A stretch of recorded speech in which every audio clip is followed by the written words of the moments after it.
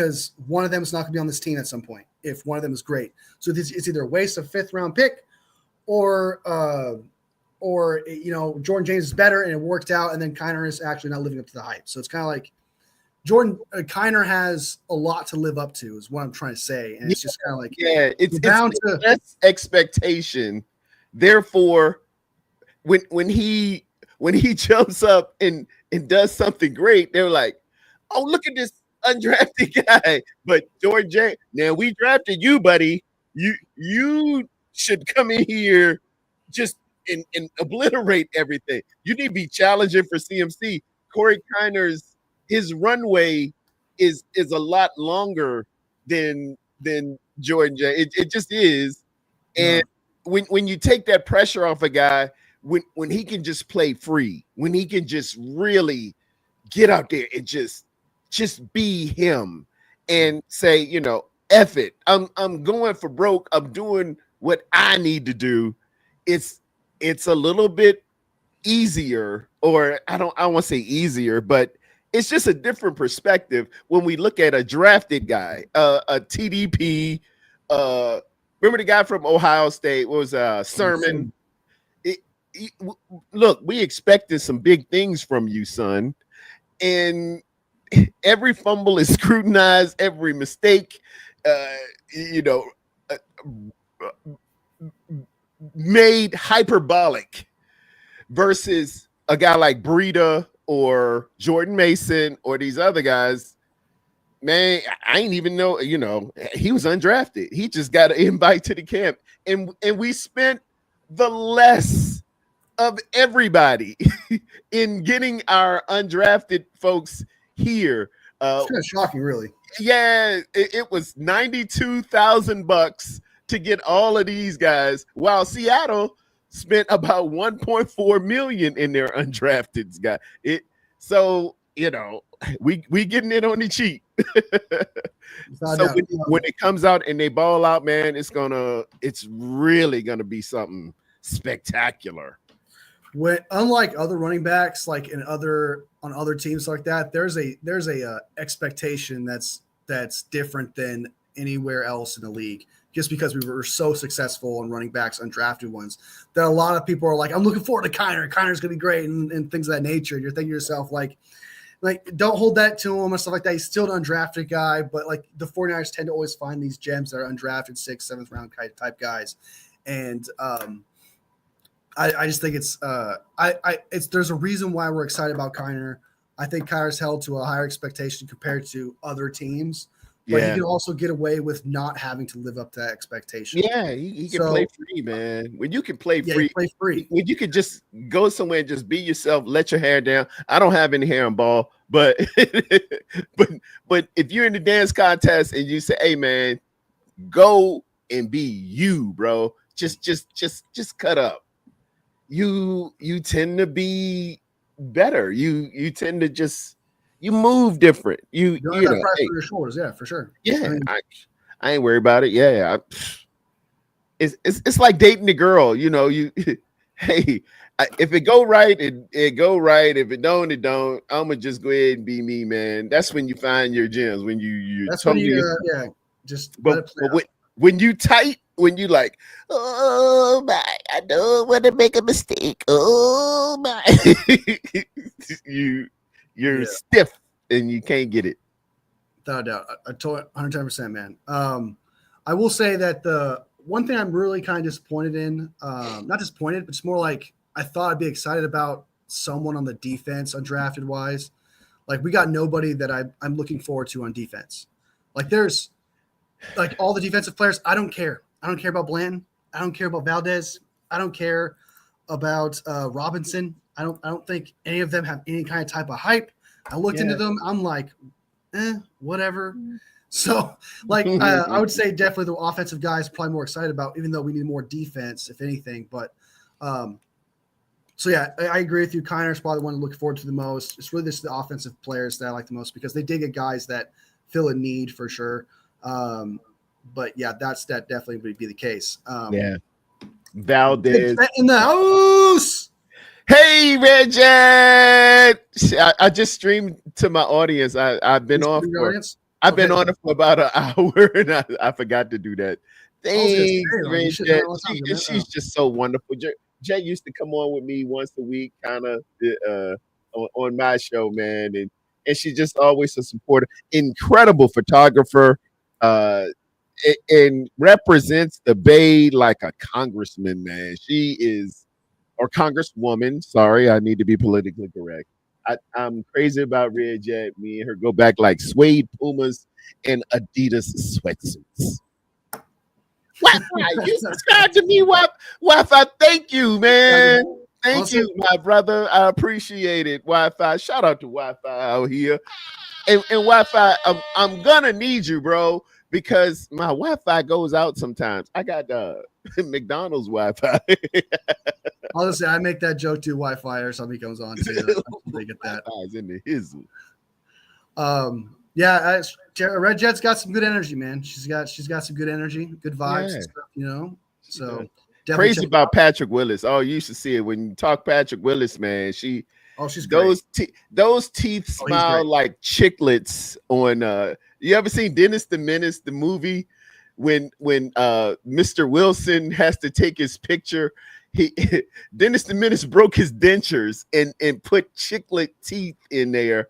I vaguely remember that. And that's how Red Jet loves Patrick Willis. Oh, if you just say Patrick Willis, she's like, oh Lord, Patrick Willis. Oh Lord, kind of like on the Crumps. That man make me moist. It's just crazy about Patrick Willis. I'm trying to get an interview with that guy. That's like one of my dream interviews, and I'll do whatever I can. But it probably never happened. But it's one of those guys I definitely interview. Him and Frank Gore would be great. But Patrick Willis, I love me some Patrick Willis. Me and Patrick Willis were really like incredible dude. Incredible dude. Hall of Fame. I messed up his title. Hall of Famer. Hall of Famer. Hall of Famer. Patrick. All right, so let's go back to some of these questions here. Crazy Juice was the one that asked that question. That's right. Then someone made a comment, and I can't remember what it was, and you would be able to know more about this than I would because it wasn't really my time. I was too young. I think I was I 7 or 6? He said that the Eagles roster from the previous one, which I declared as a god tier roster. I was like, I've never seen a roster like the Eagles roster. The offensive line being generational. You got generational running back. You got a top 12 quarterback. You got a top 7 tight end. You got the best wide receiver core. You got the number 1 defense. You got it all, right? You got a really good defensive coordinator, right? You got a good offensive coordinator. Everything is this god tier roster down to a tier where it's like, okay, of course they won a Super Bowl. My question is, the guy brought it up, and I said I disagree, but I can't really disagree because I don't know. He said that the 94 San Francisco 49ers was the same as the Eagles roster today. Would you say they are on the same level of God tier roster? Was the 94 roster for Steve Young God tier? That's my question. I don't know this. You would know, not me. Wolfie? Good Lord in Jesus. That 94 San Francisco 49er roster. If you could, just I'll pull it up. You put it up there and I'll put it on the screen. I'll put it on the screen. So that's my critique for Jalen Hurts, though, for example, was he had a god tier roster. Of course he won a Super Bowl. So now if you were to tell me that, like that roster is the same, I could almost make that argument for Steve Young then. That kind of, I'm not saying it makes me lose respect for Steve Young, but it kind of makes me pull back a little bit on Steve Young, because if you have that god tierness, then of course you could be carried even if you're mid to even a bad quarterback. So that's my concern here. Wolfie, on that roster, I count 1, 2, 3, 4, 5, 6, 7, 8, 9, 10. There were 11 Pro Bowlers, bro. Damn. It was 11 Pro Bowlers. At cornerback, we had the great Deion Sanders. Eric Davis was out there. Merton Hanks was out. Tim McDonald. Ken Norton Jr. was out there. At wide receiver, we had Jerry Rice. We had Ricky Waters, who made the Pro Bowl that year. Bryant Young was on that roster. Steve Young was on that roster. Jesse Sapolo, Dana Stubberfield, Brent Jones was a Pro Bowler. We had it was just loaded. It was loaded. Chris Dahlman was there. Richard Dent of the Richard Dent was there. Tim Harris who played for Green Bay. And it was a different age, Wolfie. It was before the salary cap, and we had an owner named the great Eddie DeBartolo Jr. Back in the days, he was such a competitive owner, and this is why you get a lot of 49er hate now. He would stop at nothing. His job was to bring in the best that he possibly could, and he didn't skimp on anything. This is what Eddie D used to do. When we won the Super Bowls, these ones in 81, 84, 88, 89, he'd take the whole staff, everybody down to the towel boys, everybody down to the secretaries, everybody gets on a plane, and we're headed to a remote location in Hawaii. We partied like that. Eddie D spared no expense. This was an owner's owner. This was the dude. You couldn't imagine how competitive he was and how gracious Eddie D was, and he expected it out of you. If you had a playoff game, he did not want to lose to those Cowboys. We had lost 2 in a row. I think it was 2. We lost in 93, 92, and 93 to those Dallas Cowboys, and it burned Eddie D up. It's like if you had $1 billion tucked away and you own the 49ers, your competitive instincts would say, you know what? I am not losing to these people again. Eddie D went out and got it, man. Eddie D did not play. And a couple times he ready to fire Bill Walsh, man. Bill, you coming up short. I'm getting rid of you. They had to let calmer heads prevail. But yeah, that 94 roster, it won't unlike it, man. Please pull it up. Look at those Pro Bowlers and all pros on that team. Offensive line, man. You had Jesse Sapolo, you had Steve Wallace was in there. Man, we're just loaded. It says here that the cap space started in 1994. Yeah. That's the year the 49ers had their team together. So yeah, man. So then they put it together with the cap space. Then they would have to. He brought this together in 93. They enforced the hard cap the year after this roster because Eddie D was just buying up all the ball players. Yeah, Eddie D could bring in whoever he wanted. Kenny Norton Jr. Kenny Norton Jr. was a Cowboy. Eddie D said, man, I'll pay you. Come on over here. Ricky Waters, he just had Bryant Young, Steve Young, Brent Jones, John Taylor was on that roster. So you would say that the Eagles roster is like as if they didn't have cap space kind of type roster. Because that's what you're saying. Because it took a team with no cap space to get this done. I gotta say, I will say it like this, Wolfie. I've never seen anything like that. The GM for the Philadelphia Eagles is masterful in working with the cap space and bringing in Harry Roseman's the possible unit he can. He has done an outstanding job. Truly outstanding job. I gotta throw Nick Sirianni in there. For the team that you have, you were brilliant in that Super Bowl for that plan that you had to run that ball the way you did and take your shots. He ran it 45 times. He threw it only 22. That is what you're supposed to do. I think Kyle Shanahan had the same, the identical roster in that Super Bowl we played Kansas City. Oh no.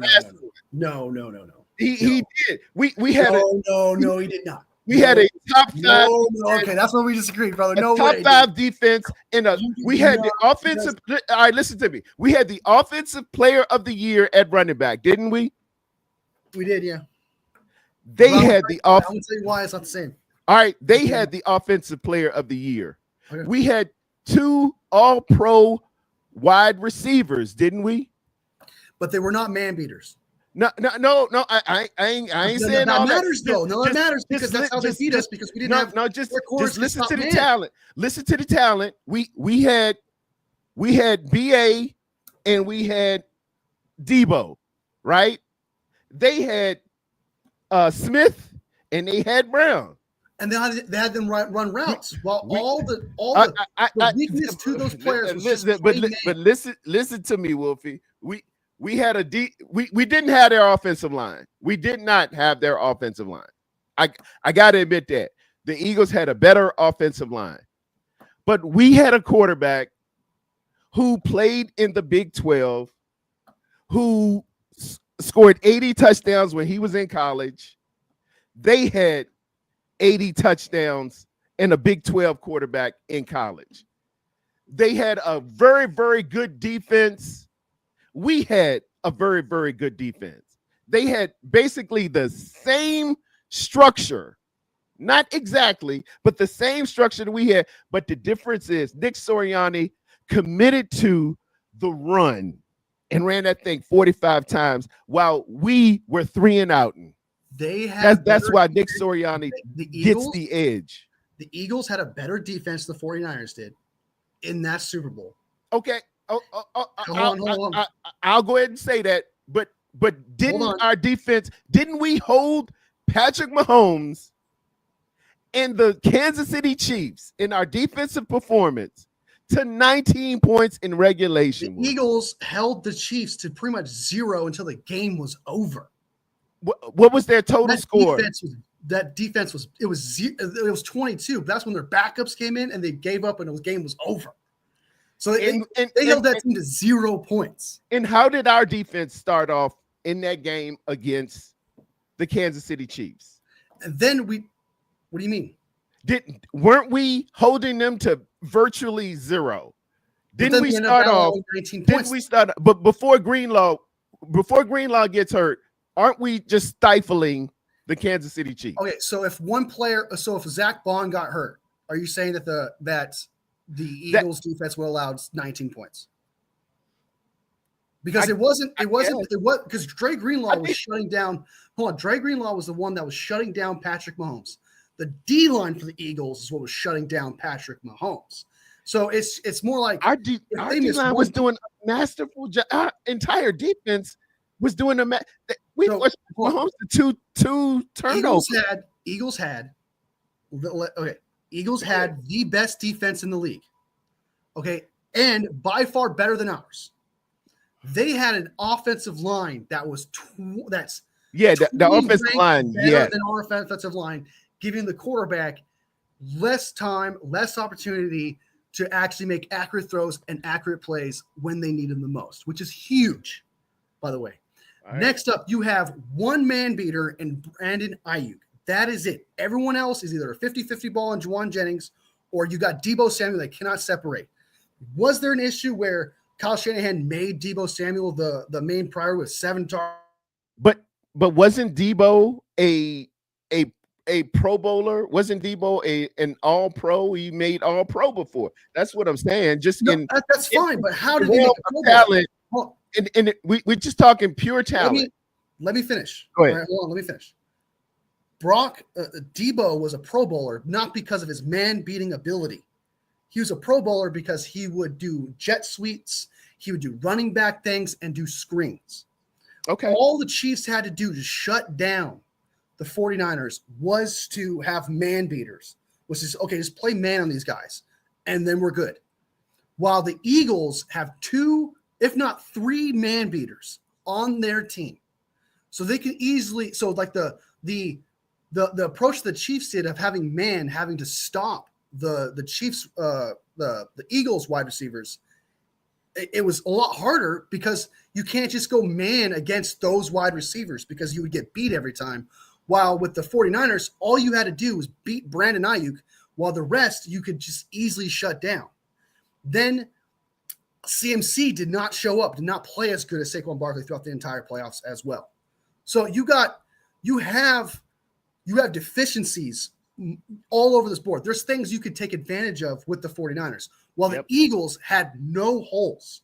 They could beat you in man. They could beat you with the run game. They could beat you in the trenches. They could beat you on defense. That's all they had to do. So to say that the 23 team was the same as the Eagles on tierness is, I so strongly disagree with that. That no way, by far. The Eagles had a god tier roster with 0 holes. The 49ers had a cheap offensive line, only one receiver who could beat man, a defense that wasn't even close to being good as the Eagles defense. A defensive coordinator, by the way, who is significantly better than Steve Wilkes at that. So, no. I know Vic Fangio. No, dude, Vic Fangio is better than Steve Wilkes. Don't do this. Don't do this. Don't do this, dude. Vic Fangio is better than Steve Wilkes, brother. Stop it. So look. The 49ers also had to deal with the significant managers. Like Crazy Juice said, Feliciano going out was a big deal. Dre Greenlaw going out, that's a big deal. The muff punt, big deal. Like bad luck things happening all over the place. That which held back the team from succeeding. Totally understand. But I can find holes in that 49ers team than I could with the Philadelphia Eagles. And I hope you know I'm not yelling at you. This is just me being passionate because we disagree. No, I'll let you get it all out because I'll come back with my rebuttal. Go ahead. And I don't think, and I just if I'd much rather have AJ Brown, and Devontae Smith than I would rather have Ayuk and Deebo Samuel.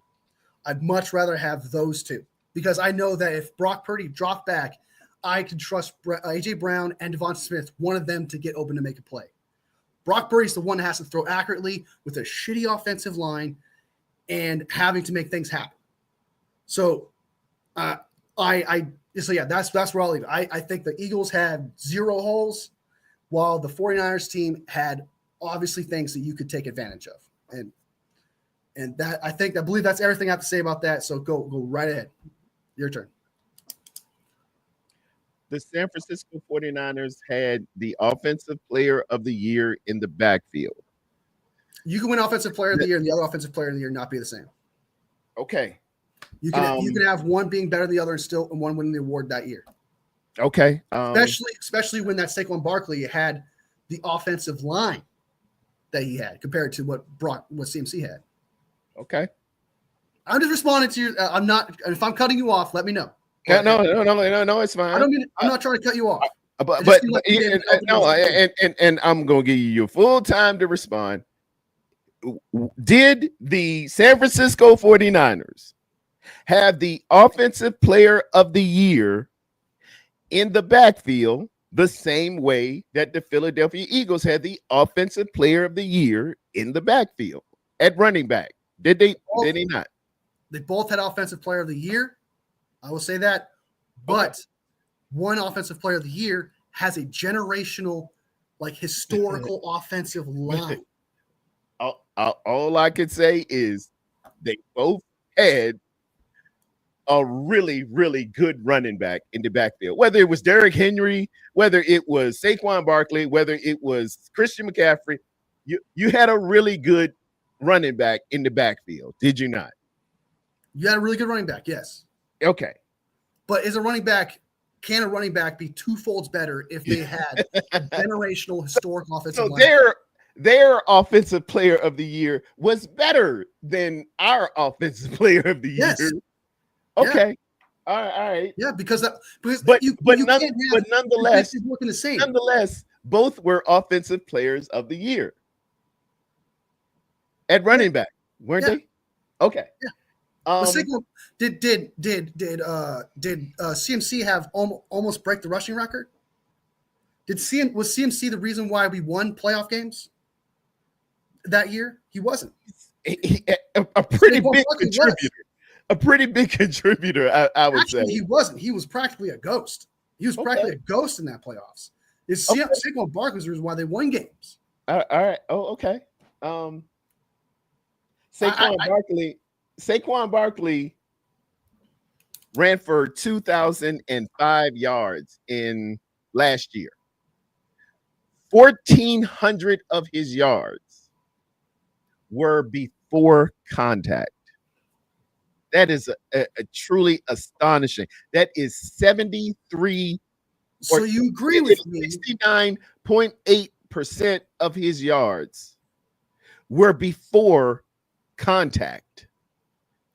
That exactly. means that means that offensive line was incredible.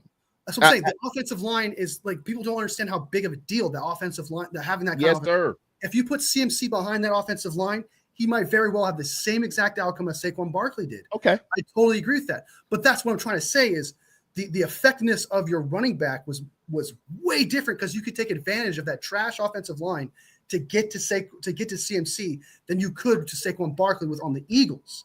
Like, a running back needs their offensive line, just like a quarterback needs an offensive line. You better have it. The two that you could say that they had offensive player of the year, but like on the Giants, man, Saquon Barkley, some people were saying he's washed and done because he had a trash offensive line. So the offensive line comes with the running back. So if you're going to say, like, if you have a generational elite, one of the greatest offensive linemen we've ever seen, while Brock Purdy and CMC had one of the worst offensive lines in the league, right? You're going to have your holes. You're going to have your problems. Those players are not going to play up to what you expect them to be, what they actually are. While Hurts and Saquon Barkley, the wide receivers, the tight end, can play at their max ability because you have an elite offensive line where Jalen Hurts has all the time in the world and Saquon Barkley has all the holes in the world. Okay. And so it's just kind of it allowed the Eagles' offensive line allowed the max ability of their offense to perform at their max capabilities. Okay. For the Eagles, they were able to play the max ability because no one got hurt, and that D line was better than the four. You froze on me. You there? Go ahead, keep talking. There you go. All right, you there. All right. So I think the Eagles roster had no holes and was better than the 49ers roster because their holes and the injuries sure as hell did not help. Could they have been better if they had a better offensive line? For sure. If they had a better D line, I think so, that for sure as well. They had holes, man. And I just don't think that if you gave Brock that, if you put Brock and CMC on that Eagles team with all that stuff going on there, they score more points. They win more. They dominate more. Like, if you told me the Eagles had a muff punt, their best player had an injury, their offensive line was absolutely atrocious, all those things that you matched, like that's what I'm saying. There's like 5 to 6 things you can mention that happened to the 49ers that didn't happen to the Eagles, or that the Eagles have, the 49ers don't have. And would you say that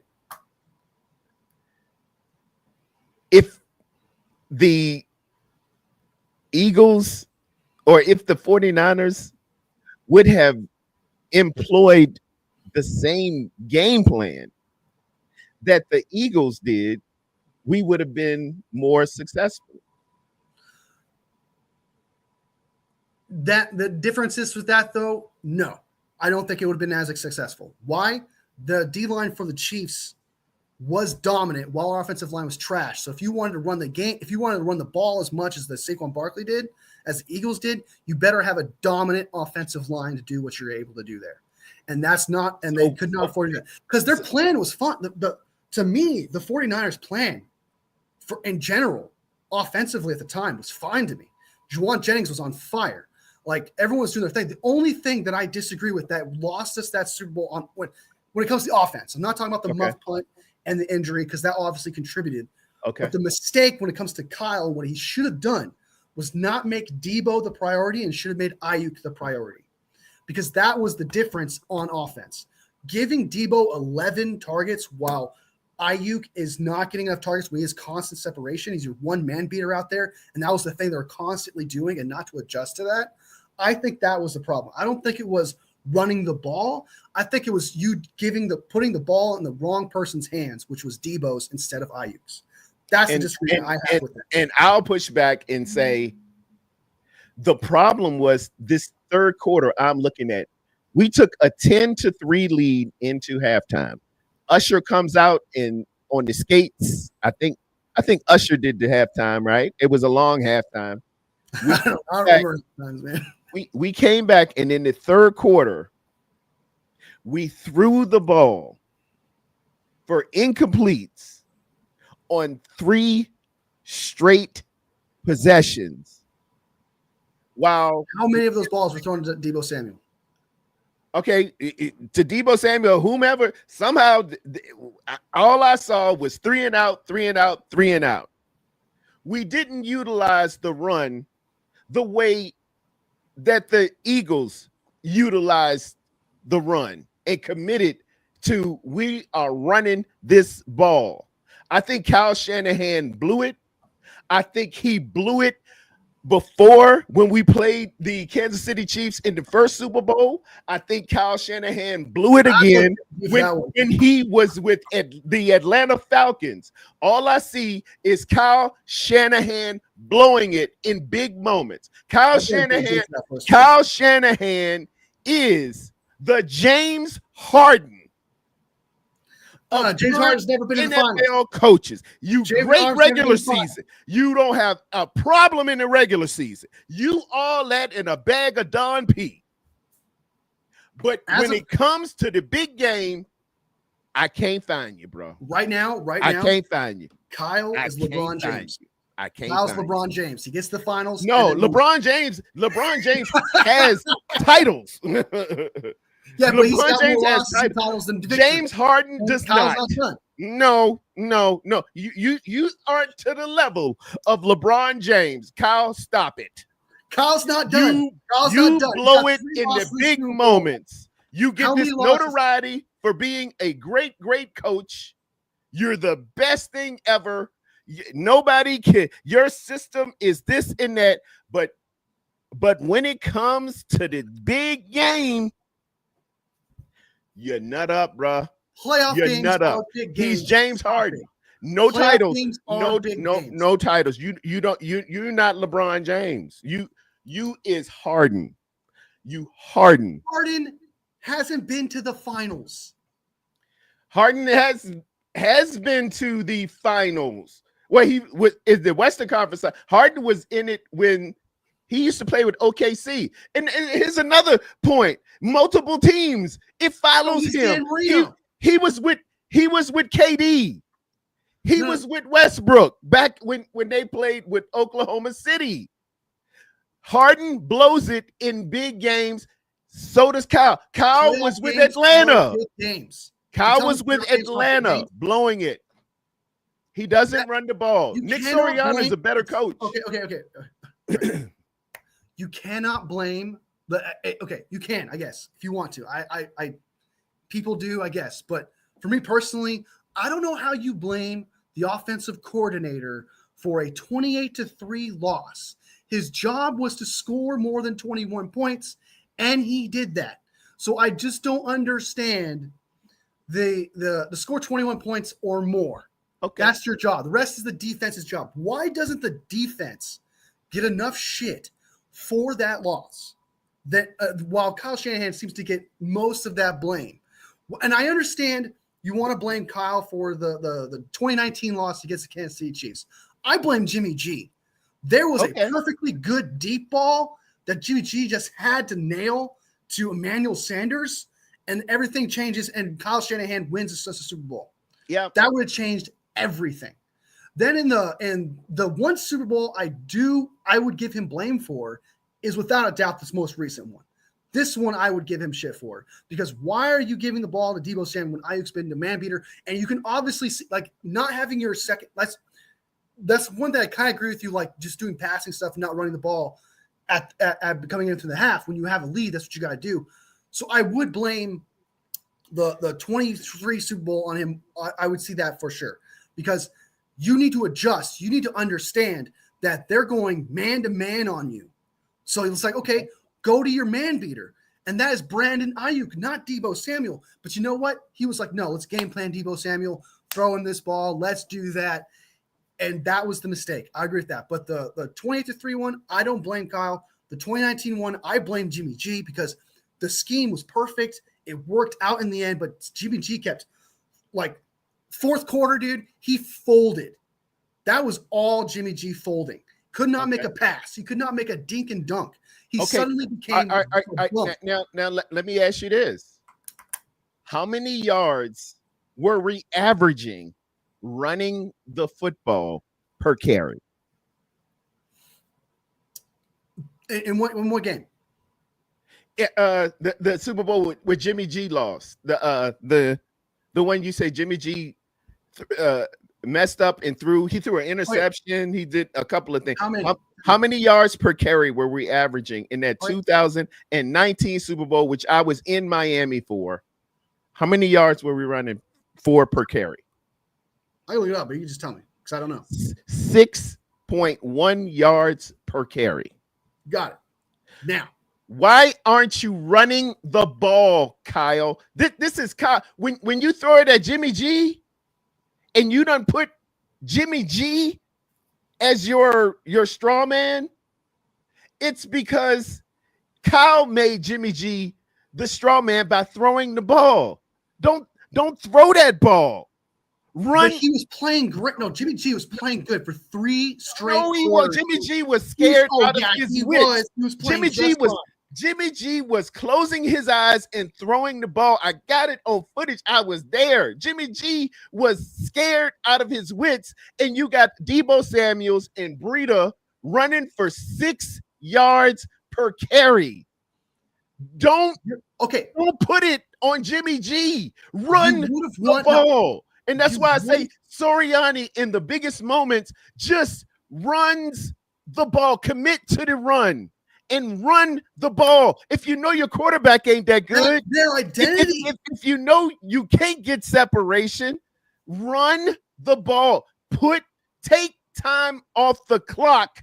Run. It's just the gamesmanship of winning the daggone game. The Eagles' whole entire thing is run the ball because you have an elite historic offensive line, and that's what you got to do. And that's what they did. The 49ers, what their thing was? Run the ball and play action. It's not just run the ball. It's not all that.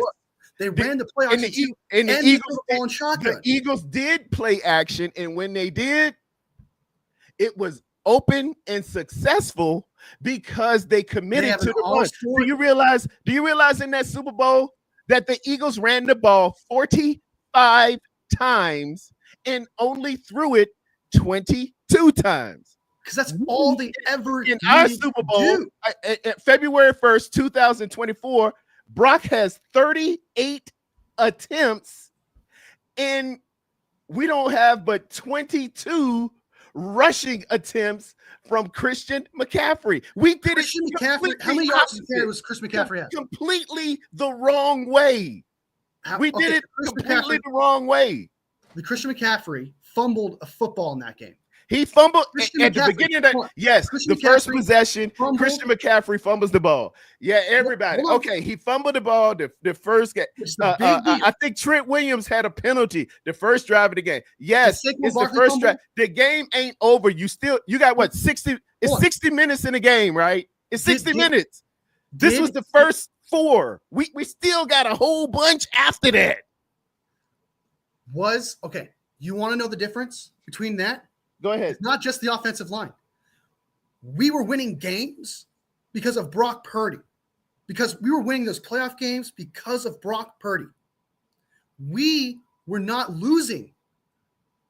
He's on his phone right now. But you can hear me. Okay, so if Saquon Barkley was the reason why they won games in their playoff game, was the reason why they were getting it done. CMC was nowhere to be found in those playoff games. In the Super Bowl, he was not playing very good. CMC was not playing good at all. So, yes, of course, them running the ball and leaning on Saquon Barkley in the run game and the read option and all that, that would work. You want to know why? Because Saquon Barkley, from the first big game of the playoffs against the Packers all the way into the Super Bowl, Saquon Barkley consistently played great, and you can always rely on him, especially the offensive line. While Brock Purdy was the reason why you were winning games and got you to the Super Bowl. CMC got that one really crazy run at the end of the game when we pretty much beat the Packers, got extra garbage time yards, a garbage time touchdown. So that's the only thing you can say about CMC in that playoff game. So I understand why you're like, okay, we had 6 point whatever yards a carry in that 29 Super Bowl. In this previous Super Bowl, though, the reason why we're there is because of Brock Purdy. So you put it in Brock Purdy's hands and you put it in the receiver's hands at that point. Because CMC was not showing up. The receiver's hands who cannot get separation. I understand that. But if your running back is not showing up when you need him. Christian McCaffrey had 22 rushes for 80 yards in this Super Bowl. That is 3.63 yards per carry. We had some other running backs out there. We had Elijah Mitchell. He had 2 attempts, 8 yards. That's 4 yards a carry. You utilized That's Deebo not Samuel. leaning on that. You don't lean on that. Okay. You utilize Deebo Samuel sometimes running the ball. Did you not? Didn't we utilize Deebo as a running back sometimes? We did that in the Super Bowl. Okay. He had 3 attempts at rushing, only 8 yards, but those are 3 running backs right there. You need to run the rock. You want to run the ball. You need to take the time off the clock. There is nobody in the history of football that has put up a stat on the sideline. This is how you win. You just made my point that you cannot rely on the running backs in this playoff series because Christian McCaffrey, 3.6 yards a carry. You have Elijah Mitchell. Yeah, 4 yards a carry. It's technically, if you run it 3 times or whatever, you get it. But that's still not good or great or something you should rely on at that point. Deebo Samuel was getting shut down left and right. So it's kind of like your whole run game plan, your whole screen game, your whole jet sweep thing wasn't working. You were getting shut down throughout the entire playoffs. 3 times he tried. It was Brock Purdy and his legs and his accuracy that was getting it done. Elijah Mitchell was going 4 yards a carry. Christian McCaffrey, 3.63 yards. If I give you the ball, every time you get 3.6 yards a carry, how many yards do you need for a first down? There's no way you're going to tell me that we should rely on a running back that's getting 3.6 yards a carry in a Super Bowl. If so, then that means you should rely on all 32 running backs in the NFL that are starting. Because 3.6 yards a carry is not something you rely on. That is 4 yards a carry is not something you rely on. For the season, I'm sure his average was somewhere around 4 or 5. Well, there's a difference between Dak Prescott. But you have to commit to the run, which Saquon Barkley wasn't getting that good an average either. But you have to commit to the run. Saquon Barkley was playing phenomenal from the Packers game all the way up into the Super Bowl, dude. So was Christian McCaffrey. For the year, Christian McCaffrey he was the offensive player of the year. I get that. But a regular season award and what you do, we established this, man. What you do in the regular season is not the same as what you do in the playoffs. It's not the same. It's a different beast. Every game's a big game. It's what matters most. And what were you doing? You separate the regular season and the playoffs. If so, then Dak Prescott is a top 5 quarterback in this league. Lamar Jackson, you know what he is? He's the greatest quarterback ever. Lamar is the James Harden of quarterbacks. Regular season, great. So big game, can't find him. Can't find him. Christian McCaffrey in the 2023 season, Christian McCaffrey ran the ball 272 times. He had 1,459 yards in the playoffs. In the playoffs that year, he had a garbage time touchdown against the Packers when the game was over, when Brock Purdy already won the game. The reason why you were in that Super Bowl in 2023 was because of Brock Purdy and the passing game and his legs, not because of the run game of CMC, Elijah Mitchell, or Deebo Samuel. So to say that the run game is what would have saved us in that Super Bowl, I don't know how you could say that if they all had 4 yards a carry, 3.6 yards a carry. Deebo Samuel wasn't doing anything. Christian McCaffrey averaged 5.36 yards a carry for the 2023 season. Christian McCaffrey, that's the season. Very effective. He was a very effective running back. Elijah Mitchell averaged somewhere around 5 yards a carry for the season. You run the ball, Wolfie. But the playoffs is the different beast. My point is this, and everybody who's listening, if the San Francisco 49ers would have ran the ball the same way that and committed to the run, the same way the Philadelphia Eagles did in their Super Bowl, 99% certain we are victorious. That's all I'm saying. And Nick Sirianni and his crew really did a masterful job of running the football, committing to the run, and off of that, running play action. That's what you're supposed to do. All right. That's it. All right. Okay. Okay. You said your piece. You think we should have ran the ball. I've said my piece on why I think we were doing what we were supposed to do with Brock Purdy. But I will ask you this. What was the reason why we won playoff games in 2023? Who was the reason why? We had to have some phenomenal plays by Brock Purdy against Detroit. We had to come back. We were dead in the water against Detroit, and we were dead in the water with the Packers as well. Or the Packers had gained some real momentum, as I can remember, and Brock Purdy had some really, really good games. He did. So you agree that we won those playoff games because of Brock Purdy? But it took a collective. Everybody does, but Brock was a catalyst. Brock Purdy definitely was a catalyst in those wins. And I am not.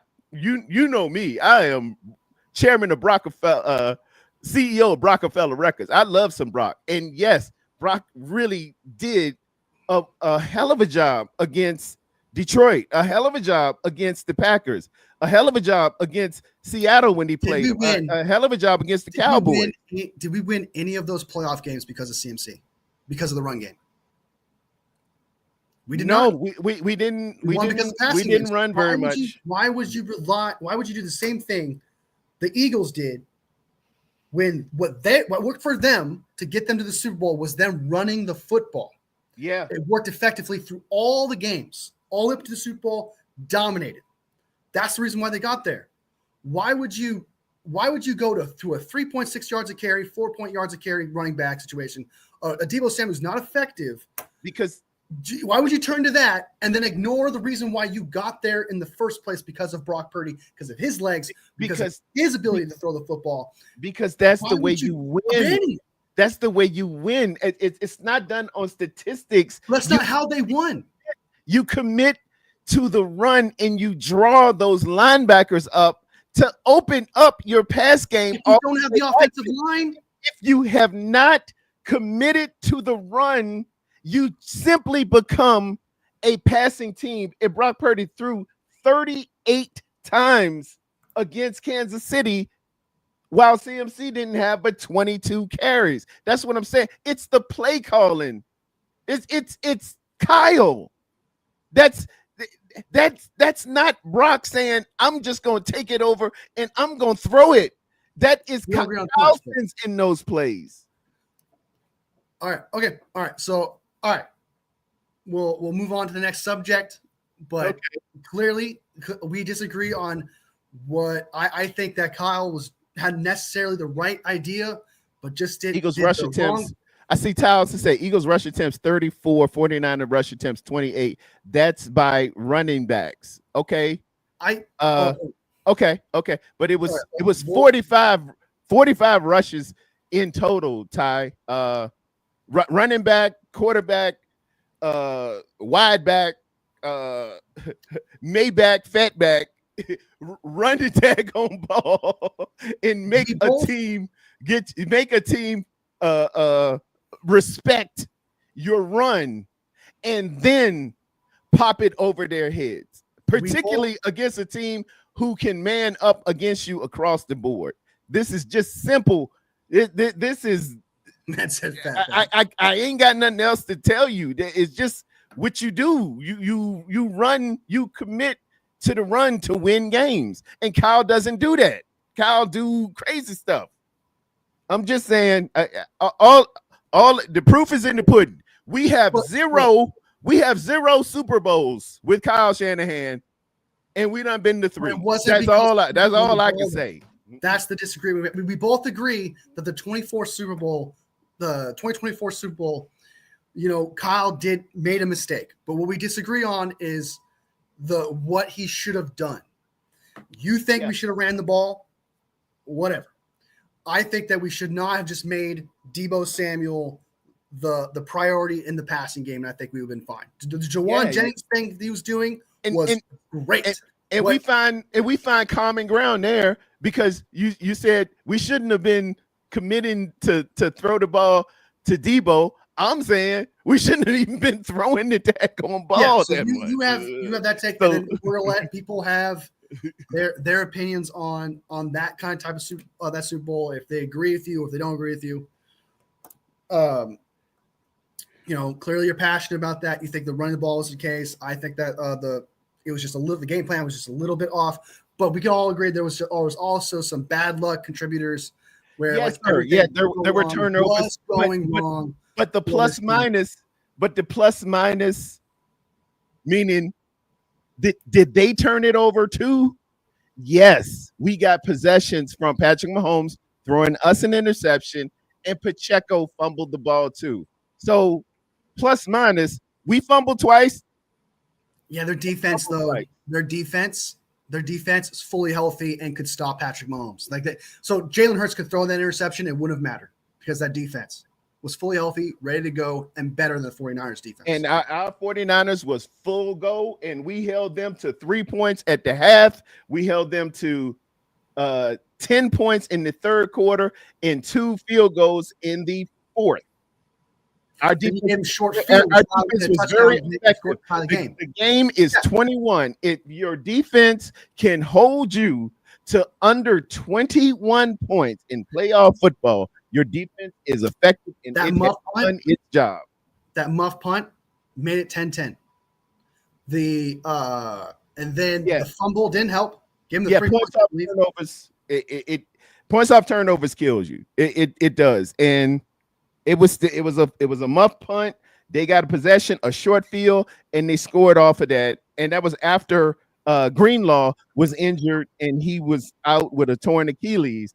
But what I'm saying is run the ball in situations to take time off the clock. Run the ball in situations to keep their best players off the field. Run the ball and commit to it. So in play action, you can play off of it and it opens and gives you separation. The running wasn't working. And we just let me just get it out, Wolfie. Just when you run the ball, I have to use the restroom. Big games, it opens up 3 dimensions of winning. You take time off the clock. You allow your defense to get rest. You keep the other team off the field offensively, and they cannot hurt you. And it opens up your play action passes. It opens up separation because it sucks the linebackers up. Pause. When it's time to throw those intermediate passes to your tight ends, to your receivers on shallow crosses and things of that nature. Just running the ball in pivotal moments is what you're just supposed to do to win championship games, particularly when you're an offense. You're a team. You're a system predicated on running the football. Sirianni did it, and they won. We didn't. We lost. That's my point. That's my point. Congratulations, Philadelphia Eagles. Y'all are the world champions, and you deserved it because you did it right. That's what I'm saying. Yeah, they did it right because they should have done that. It's just weird. I don't. And we should have as well. No, we shouldn't have because it wasn't working. It was not working. I don't know how you can say that we should have done what the Eagles did when it was not working. I don't understand. Like, I understand that, like, if the running the ball was great, if CMC was phenomenal throughout the playoffs, if he was the reason we were winning playoff games, then yeah, man, I'm all on board, dude. If our offensive line can open up holes for CMC, man, doing all that things, yes. What the Eagles did was right. They should have ran the football. They should have done what they're doing. But what the 49ers did was also on the right track. The reason you were there was because of Brock Purdy, your quarterback. That's the reason why you were in that Super Bowl. So to get away from that and just be like, you should just run the ball when you got 3.6 yards a carry, 4 yards a carry going on with a terrible offensive line does I have to let it go. I understand that.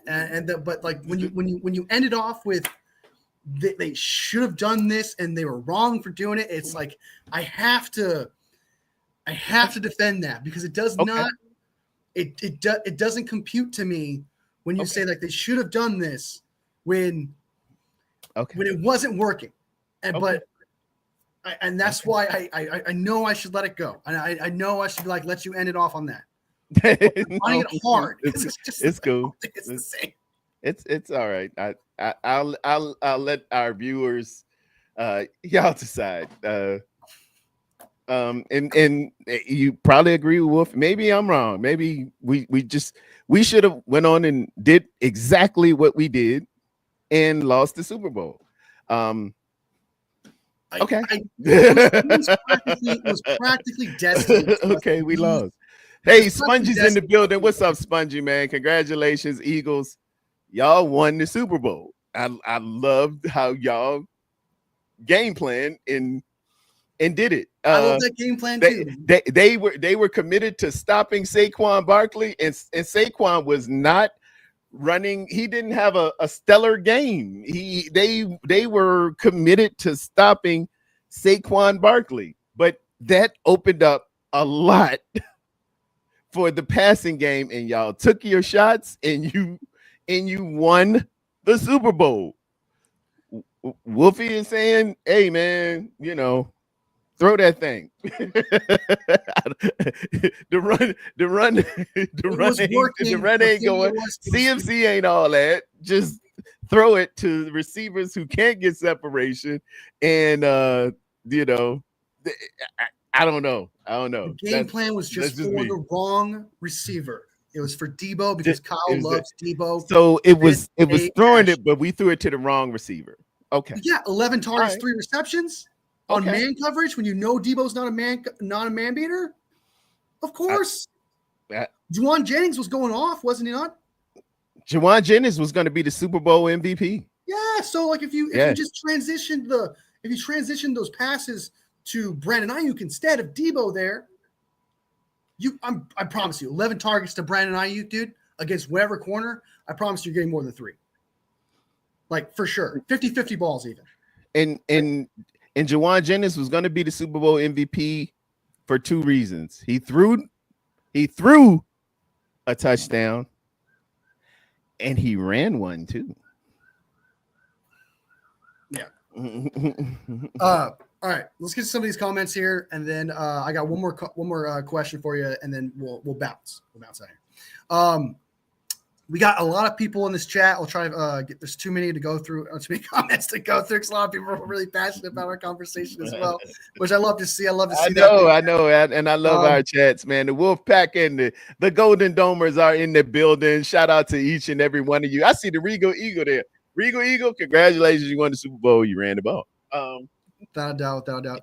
Appreciate it, Wolf. Real Eagle Podcast. I appreciate it. Hey, we're both passionate, man. It's all about passion. We both love our team. We love the sport. And that's what I always talk about. You guys are what makes this live what it is. You guys come in here and make great comments and great conversations and stuff like that. And you guys are here to see a show and stuff like that. So I try not to hold back or try to also not cross the line either. So not cross the line, but also don't hold back, show passion, because you guys are here to see a show, not just, yeah. So I'm going to go get something to drink. Hold on. All right. So I'm not like, I firmly believe that you guys are here to see a show and you guys are here to see me react. You guys are here to see my co-host react and just have a good time. Because a lot of people can just sit here and talk about football and stuff. But I try to, my philosophy is bring something to the live, bring something to the conversation, bring passion to the conversation, and that's what I hope you guys enjoy, right? And I hope that's what makes you guys like these shows. I don't try to half-ass these things. I don't like half-assing things. If I'm in a down mood or whatever, and I can't get past it, I don't go live. I always try to make sure, because you guys are giving me your time. You guys are taking the time to sit here and watch my show and watch me react and stuff. So I want to make sure that all my reactions, if I'm passionate about something, I want to show it. If I'm angry about something, I want to show it, because you guys are here giving me your time and you guys deserve a show. And that's what it's all about. So same thing with Tarrerdome. Tarrerdome knows it's a show, and that's what you guys are here for. So Tarrerdome knows. Yes. So yeah. Hey, Wolfie, you know what I want for Christmas? I want this is my desk here, man, and I need a desk with a refrigerator built in, so you don't have to go to the refrigerator to get nothing. It should be a cabinet on a desk with a refrigerator. Let's look at building that and make it money. Those are expensive though, man. Those are like $300, $500, and nobody got time for that, man. Nobody got time for that. I know, and shoot. It will have to go to China to do it, and our our production is not good across seas right now. It'll cost a lot. Can you send Red Jet an invite? Because I think she wants to join. Or I don't know if she wants to or not, but I think there's like a couple questions left anyway. Red Jet, you want to come on? I'm gonna hit you on Instagram, girl. Insta chat. Instagram, the snap face. How did I do this before? Oh, I know. No, hold on. Insta face and the Snapchat. That's what Bill Belichick said. I don't mess with the snap face and the Insta chat. I don't do all that. We're on to Cincinnati. We're on to Cincinnati. If you can't do it, I can. Oh, I got her. I'm dropping it in there on Instagram right now. Okay. There you go, Jed. It's on your gram, man. Yeah. So, end of the day, we both want to see this team succeed and have a good, win the Super Bowl and things of that nature. We definitely do. Yes. I need Kyle to step up, man. He's the James Harden right now, man. Big games. James Harden. I don't agree with that. James Harden. I wanted to talk to Rod Kallett, because Rod Kallett. James Harden is the greatest, or the second greatest shooting guard ever. And he have like a shit ton of records. James Harden is wonderful in regular season. He's like Lamar to me. He's the Lamar Jackson of the regular season. He is a walking bucket. He puts up points. He's got the beard. He's all this, but when it comes time to it, Wolfie, when it gets tight, I can't find them in the playoffs, in the postseason. That's all I'm saying. You need to have chips to say greatness in a team sport. So some people can say great without the chips if they're really, really good. Dan Marino was really, really great. He don't have the chips, so we can never say Dan Marino is the greatest. You gotta have those chips in a team sport. That's all I'm saying. Yeah, I kind of agree with Crazy Juice. It's kind of hard to compare like players to coaches, coaches to players. I think I would agree with him on that one, unless they both have like the same trend. And I just don't. I disagree with the Harden trend there, but I do agree that Kyle definitely needs to. He has the tools. Like he's still a top 5, top 10 coach, and he has the tools. He has the ability. He's gonna make mistakes, but he's just innovative. He's wonderful. He is got great concepts, executes well, but just doesn't have the chips. That's why I make the parallel. That's why that's the metaphorical. It's not oranges to apples, and it's more apples to pears. In terms of they fruit, they got a skin. Just let's look at how they do regular season wise, then we got postseason wise in getting chips. That's all I'm saying. Yeah. Obviously, it's a different sport. It's a different, the different skin, different player, different position, all that good stuff. But to be really, really great, considered one of the elite and one of the best, but not have that ring. What do you think of this comparison right here? Kyle Shanahan is Jerry Sloan. You can make that argument. Yes, sir. I agree. Crazy Juice. Where my bell at? Yeah, Crazy Juice. You hit that. Kyle just needs a little more experience. He's been here a while, but still his first head coaching job. I think by now it's kind of we've kind of crossed that. I think he's got enough experience at this point. But I do understand what you're saying. Like, he's paid rather handsomely. I think he's paid handsomely. Really? I do get what you're saying though. Like, usually your first head coaching job, if you fail at that, your next one usually is like Andy Reid, for example. You just take off suddenly because you learn from mistakes. You're humble. Same thing about Andy Reid. We got no Philadelphia Eagles fans here. I know Regal Eagle had some conversations about Andy Reid back in the day, and I hate that firing. I liked Andy Reid. I was like, you should have kept him. He was good. But they were saying the same thing about Andy Reid at the time. They were saying, "Oh, he can never win the big one. He can't do it." They're saying the same exact thing, and boom, he got it done. Is Brock Purdy the 49ers' future? Yes, 110%. Like he's our guy. He's the guy. He's the dude. He's gonna get it done. I think so, Regal Eagle, but it's a lot of people who don't feel like that. They are looking to replace him. They want something else. They looking for a hero. They think they want whoever's gonna come in Aaron Rodgers. They want something else, and well, they also think that like Brock Purdy, you can't. They think that Brock Purdy can just do work miracles with a terrible offensive line. Like it's how Tom Brady said. Tom Brady even said this. Like, I wouldn't be me without my offensive line. Exactly. He even says that offensive line is super important. You need an offensive line. These teams are winning Super Bowls, have at least a good offensive line, not even a great or elite one, but all these great quarterbacks right now have at least some good, offensive line. I agree. And Patrick Mahomes has a good offensive line. When he didn't have a good offensive line, guess what? He got obliterated by the Tampa Bay Bucks. So it's there you go. Mm-hmm. So I believe in Tom Brady, but the problem that holds Brady, not Brady, the thing that brings back that holds Brock back is that offensive line.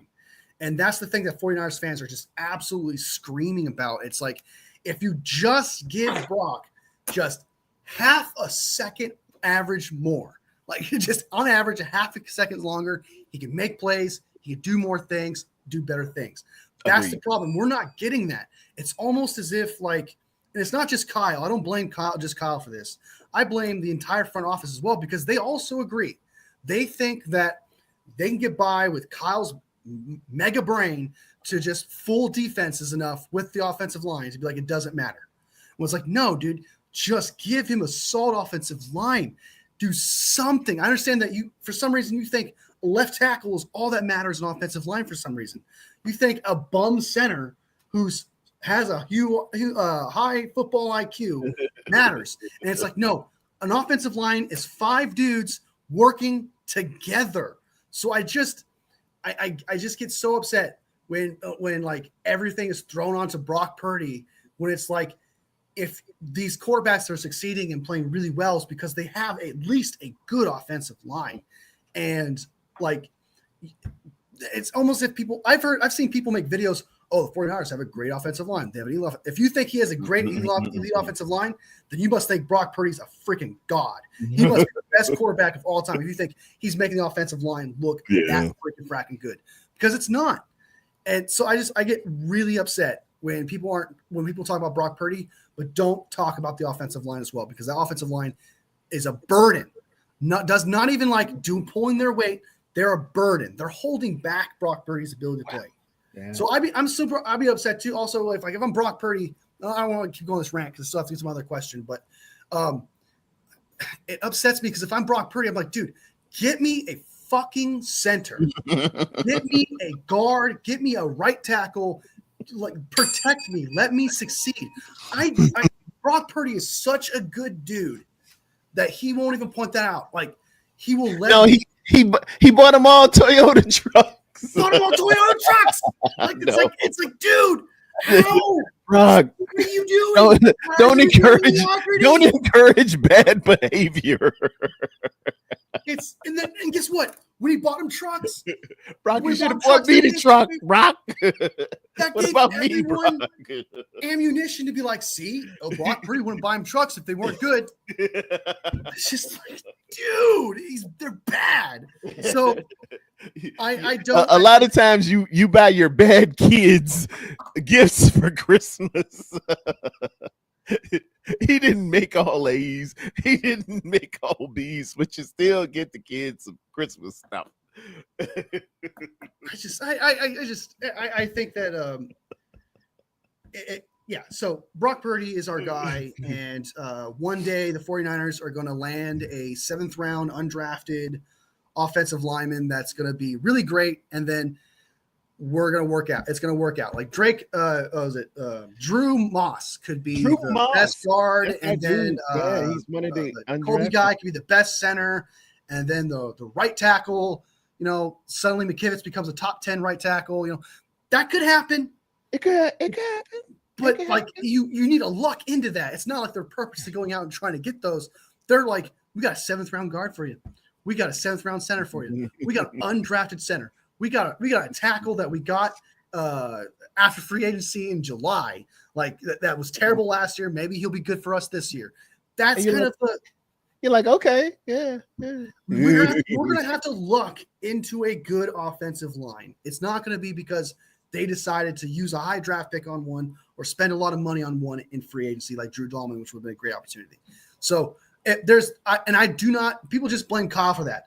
I blame the entire front office and Chris Forrester for that, because there is no way one man, even just Kyle Shanahan, be able to say, do you see how terrible these guys playing right now? It's not, the offensive line's great. Like there's no way. Wolfie, let me do this. I want to get this off. Y'all can clip this up, send it to my boy Larry Kruger. The 49ers did not always just do the best with makeshift offensive linemen. From 1976 to 1992, we would draft very good offensive linemen. Bob McKittrick was the coach. Bob McKittrick was the offensive line coach for all of these titles you see behind me. And I'm going to run this down real good. Clip it up, send it out. Randy Cross, 2nd round, UCLA. Keith Fanhorst, 2nd round, Minnesota. Lindsey Mason, 3rd round, Kansas. Bubba Paris, 2nd round, Michigan. Harris Barton, 1st round, University of North Carolina. Bruce Colley was the 7th round from Texas Arlington. Guy McIntyre, 3rd round, Georgia. Steve Wallace, 4th round, Auburn. Roy Foster, 1st round, University of Southern California. And we got Jesse Sapolo.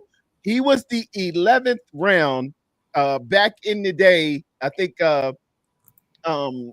he went to Hawaii, but the reason why he was 11th round was because we had 11 rounds back then, but he went to Hawaii and nobody knew of Jesse Sapolo except guys who coached Pac-10 football who played University of Hawaii. Also harder to evaluate back then than it was now. Because You had a lot more rounds, but the reason we slipped up and got him was because Bill Walsh had played or he had coached at Stanford University. He saw Jesse Sapolo. The rest of the world didn't even know about Jesse Sapolo, so he picked him up because of intimate knowledge of coaching in the Pac-10 and playing University of Hawaii. Back in the nobody even saw University of Hawaii. It just was a great destination to go to school if you ever got it. But that's why he was so late. But if Jesse Sapolo had played at Auburn, had played at Alabama, or played at Texas, Jesse Sapolo would have been off the board in the first round, the second round, something like that. So we have invested in offensive line in our glory days in the first, second, and third round. This is not, what Kyle is doing, what the front office is doing, trying to say you can just throw some makeshift stuff together is unprecedented. Well, especially when I have never seen that work. Especially when the trenches, like the offensive line, it's not like, okay, you have a bad wide receiver, you have an okay wide receiver core, right? Yeah. You have an okay running back or whatever. That's a single hole. That's a single thing that affects its oneself. While the offensive line is a cataclysm effect that affects the quarterback, running back, wide receiver, and tight end. Like, it affects all of them. It affects their ability to get open. It affects their ability to make plays. It affects the ability of the quarterback. Offensive line makes your wide receivers, running back, and quarterback better. While if you have just an okay wide receiver core, but you're an elite offensive line, that instantly makes that okay wide receiver core into a great wide receiver core. Same thing with the running back. So I would much rather, I hate to say this, I'd much rather have the Eagles offensive line and then have a running back that's mid-tier. I would much rather do that. Yes, sir. I'd much rather have an okay wide receiver core with Brock Purdy and an elite offensive line. I would much rather have that because it affects the entire offense. It makes the entire offense better. So why would I ignore the one thing that everything on the offense relies on? It's almost like on defense. Like, what makes the cornerbacks. The cornerbacks don't make the D-line better. The cornerbacks don't make the linebacker and safeties better. Same thing, vice versa, all that. They're all their own little separate thing. But if you have an elite pass rush, if you have an elite run-stopping defense, it instantly makes the cornerbacks, linebackers, and safeties better. So to ignore the trenches like they are, they for some reason believe the defensive line is like, you need a defensive line, man. That's to stop it. It makes everyone else better. But they don't feel that way about the offensive line. Is weird. It's so weird. I don't understand why they think the offensive line can just be okay and suddenly the wide receivers and running back and quarterback is going to make them better. Like, it's almost the opposite. It's like I much rather have an elite offensive line, an okay D line, and an okay defense. It's like flip-flops. You need to protect these players and give them more time to make plays. It's so frustrating me because it's the weirdest philosophy I have ever fracking seen in a front office where they think an offensive line does not need to be good. Like, they're the only team in all 31 teams that believe that, because at least the Giants, you know what they're doing? They're drafting offensive linemen. They just suck at doing it. Other teams have a trash offensive line. They're addressing those needs. I bet you right fracking now, the Bears with Ben Johnson and them addressing the entire offensive line, that need, they're going to be better. They're going to be better. They're going to be better because they got a better offensive line. They went to the offensive line. It's just. I heard Jim Harbaugh say it. He said the offensive line is the only unit that does not depend on anybody else for success in all of football. That's how important it is. everybody will depend on that offensive line, but that offensive line depends on no one. It depends on no one to make them better. It depends on no one to substantiate the fact that they're good. The offensive line, you could say nobody has ever in the history of this game said, well, if my receivers were better, my offensive line would be better. No. If my quarterback was better, my offensive line would be better. No. Offensive line makes it go. It is the engine of the car. It truly is. It is something to behold when it is dominant. Man, championships come your way. It just does. It does. It does. I've seen it time and time and time again. We are witnessing it in the moment with the Philadelphia Eagles. They have made it incredibly a priority for the offensive line to be their priority, and they have done it brilliantly and masterfully. If you don't, you kicking up dust on the muddy trail. You really are. You really are. Stop doing it on the cheap. Stop thinking of it as we could just throw anything on out there. It'll be all right. We can do it. It is the engine of the car. If it blows, you're gonna blow it. Trust me. Yeah. It's almost like if the 49ers hit on, and it's kind of why I'm coming with Wi-Fi here.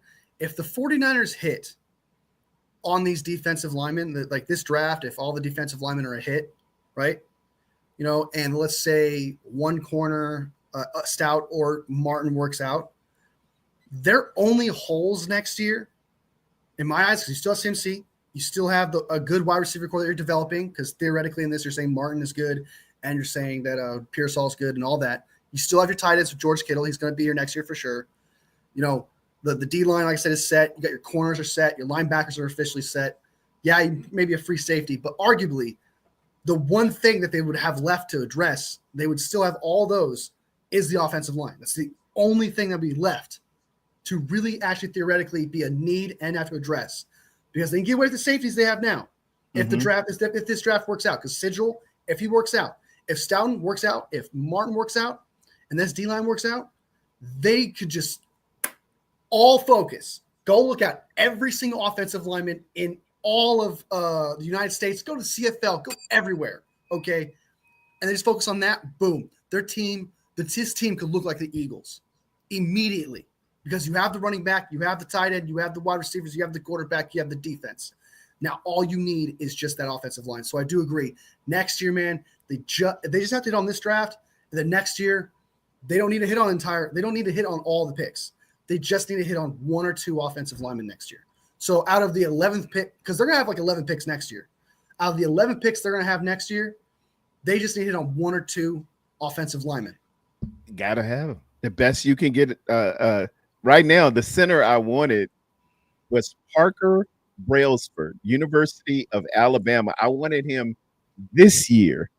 He went back. That NIL money, Wolfie, is killing us.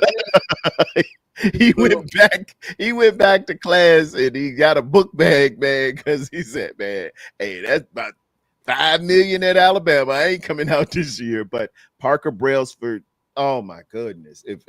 Man, best tackle or guard? I love him. It's center. He is that guy. He is. He's something to behold. Y'all watch University of Alabama this year. You'll see him playing, and you'll see why I really wanted this kid. Is there any good? Wolfie, when you tweet him early and try to make friends, you really like a guy. Yeah, that's true. Feel like a jilted little schoolgirl. I'm going back to college, Tarrerdome. Sorry. Right. We need to check to see if the Michigan and Georgia center is any good. I know Wilson obviously got passed on. We missed out on him, but like it seems to me that this front office loves their Michigan, Georgia, kind of type guys. They like those guys. They do. And something like that. And they're good teams. They're good. Crazy. It comes to a point though. Unfortunately, we're not going to draft O-line next year, but it comes to a point though where if you if you have the linebackers now and you have theoretically the corners and you have the safeties and you have the D-line, like at some point you're just purposely avoiding the offensive line to just, spite the fans because you have nothing left to really actually have to draft anymore. If they nail on this draft in particular, D-line and at least one of the corners and stuff like that, their first round pick, whatever, be a corner, be a linebacker if it doesn't work out, or a safety. The rest of the picks, the second, third, fourth rounds, are going to have to be offensive line because there's nothing else to really you need Wolfie, I saw this coming 3 years ago. And that's why I'm so mad at Forrester. I don't like Chris Forrester because it was the draft when we didn't have any first rounders after Trey Lance. We didn't have any first rounders, and we went and got Cam Latu and Jake Moody in the third round. I said we need offensive line now. It is going to be bad if we don't get these guys now. Jackson Jones is available, I think. And Chris Forrester got on there and say, Kyle, me and Kyle agree, if you can take a mediocre offensive guy and make him a little bit better, it's fine. Go and get skill positions. Go get the guys that touch the ball. And I said right then, I'm done with you, MFer. That's it. It doesn't help. In the history of man, I've been playing football since I was 8 years old for the Bethlehem Steelers, through middle school, through high school, through college. And an offensive lineman coach to say that, I am so done with you. I can't stand you. Get the hell on I'm done. I'm done with you. I'm done. Yeah, Chris Forrester, I feel like unlike Saleh and a couple of these other coaches on this team, I feel like they would say, hey, I want this guy, and bang on the table for this guy and stuff like that. I do think Kyle listens to that because Brian Schneider was the one. He's Luther Van Dam on the TV series Coach, which I watch on Prime. he's Luther. He's a lovable little sidekick, and he's a crutch to Kyle. He doesn't have any. Yeah, and don't you dare, none of you, don't you dare compare him to Bob McKittrick, a Marine, an officer, and a gentleman. Don't you ever compare him to Bob McKittrick. I think I knew Bob McKittrick. Bob McKittrick got down with it. Y'all can look up Bob McKittrick on YouTube. Bob McKittrick was an offensive line coach, and it was days him and Bill Walsh would go at it. I'm going to tell you what, they did not get along. They didn't get along, but we won championships. That's the difference. Chris Forrester, especially with the scandal that came out with him doing 8 balls and things like that and stuff like that, he kisses Kyle's ass, right? He does. Let's be honest. He does. He kisses Kyle's ass. Yeah. And Kyle is good friends with him as well. So you put all of that together, you're going to be the assistant coach, whatever. Yeah. You're going to be the O-line coach, things of that nature. If you got a promotion, he's the assistant head coach now. If you are in a tier with Kyle, like we talked about this with players, even Debo was in there. Debo was in that tier, right? You're gonna get special treatment.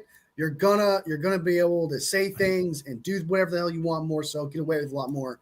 And sadly enough, Chris Forrester is on that roster, and the only way that Chris Forrester can go away is if by his own, literally, Chris Forrester could continue to be the worst offensive line coach as of right now. And it's not mattering. It's only going to matter is if Chris Forrester, and I'm not saying I want this to happen, is if he dies, gets seriously injured, or he decides to quit. That's the only way it seems for us to move on from this guy. As far as Kyle is, it's a Supreme Court appointment. Exactly. He's on the Supreme Court, and ain't nothing you can do. It's just not. He's not going anywhere. You good, Chris? No matter what, man. But all right. So let's go ahead and get to the last question, and then we'll bounce because it's a topic that I don't think we've talked about yet. That's happened. We're obviously aware of the George Kittle signing and stuff like that. I think we talked about that. But the one thing we didn't talk about that came out a couple days later was the 49ers were offered a second-round pick for George Kittle. My question to you is, like, we love George Kittle. We know he'd be, but he's also old. He's 31 years old. We don't know what that second round pick was. We don't know where that pick could have been. It could have been late rounds. It could have been early, mid. We don't know. Was it smart for the San Francisco 49ers to not take the second round pick?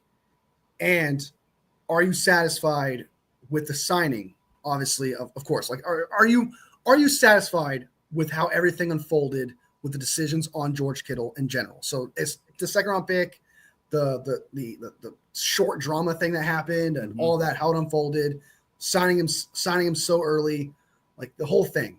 But the main thing being the second round pick. How do you feel about that? And was that the right thing to do? Wolfie,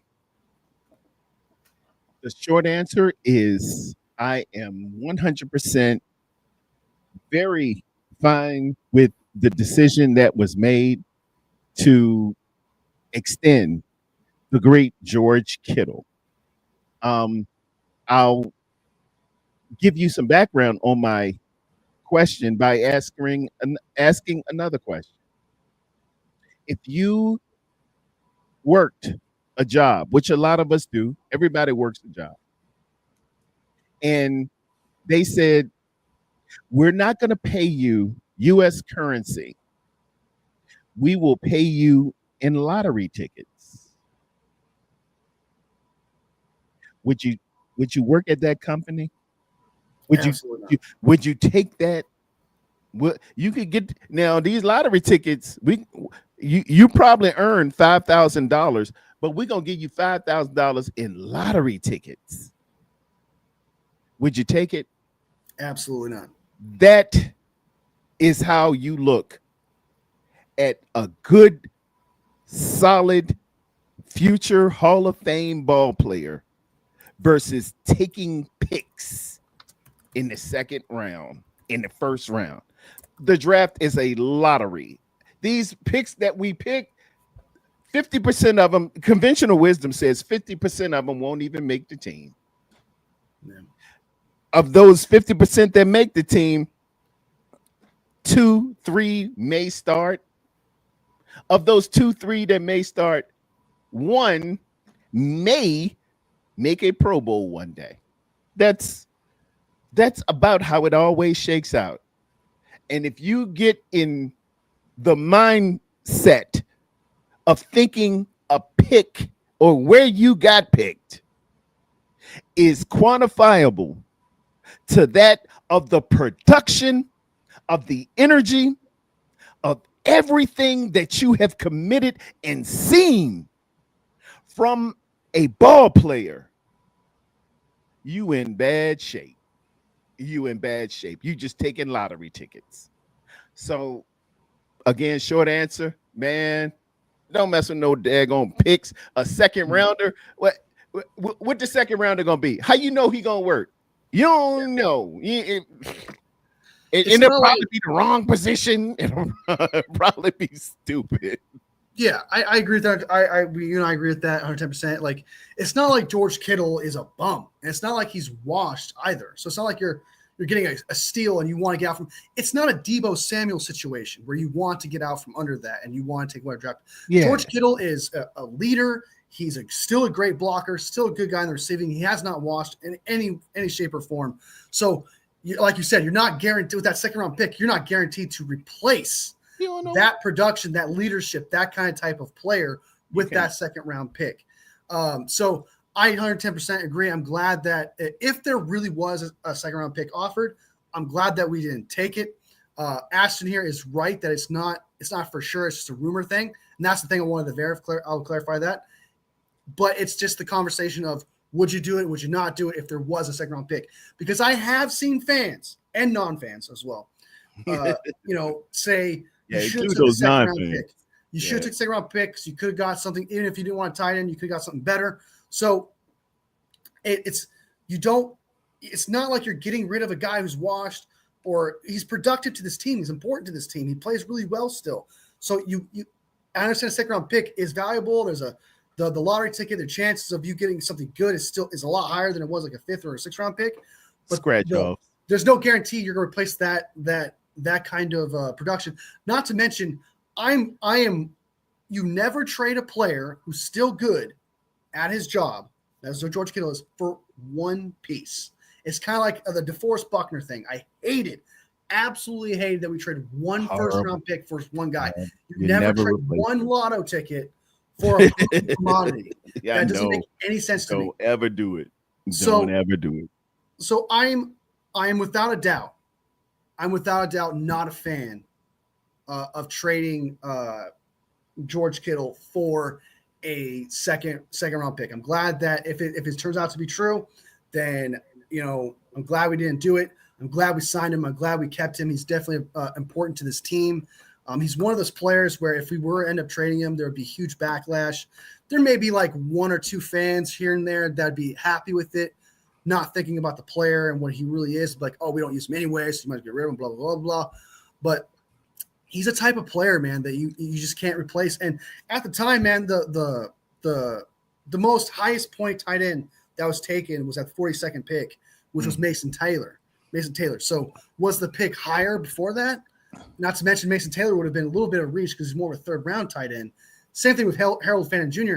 I love Harold Fannin Jr. I think he's the best receiving tight end in this draft. I like him. Bowling Green guy, right? Yeah. But I'm not flipping Harold Jr. for George Kittle. I'm not doing that because Fannin Jr. can't do the blocking thing. He can't do the leadership thing. There's things that he can't do as a prospect. That would be the problem there, switching it out. There's nobody that was in this draft in the second round that can do anything remotely close to what Kittle can do. So you take something down, you take something worse with not even coming close to that production of George Kittle. So yeah, I'm glad, especially in a window where you have a bunch of other young guys that you want to develop. He's a leader for those guys. Not to mention in a window where your schedule's easy. And so technically this is almost still like a Super Bowl window. Yeah. Considering the schedule. So you don't want to get worse there either. You don't want to just take on a rookie. You're taking on enough rookies as it is on the D line, your third corner, your free safety. You're taking on enough. You don't want to put yourself in more of a situation like that. So I 100% agree. I'm shocked.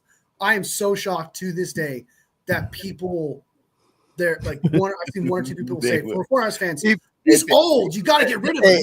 Hey, man. You the name too much. I'm like, not the name, man. It's people out here that will gamble their rent money or their mortgage money or they you can't take the American public has really let me down a lot of times. Don't take it with a grain of salt, man.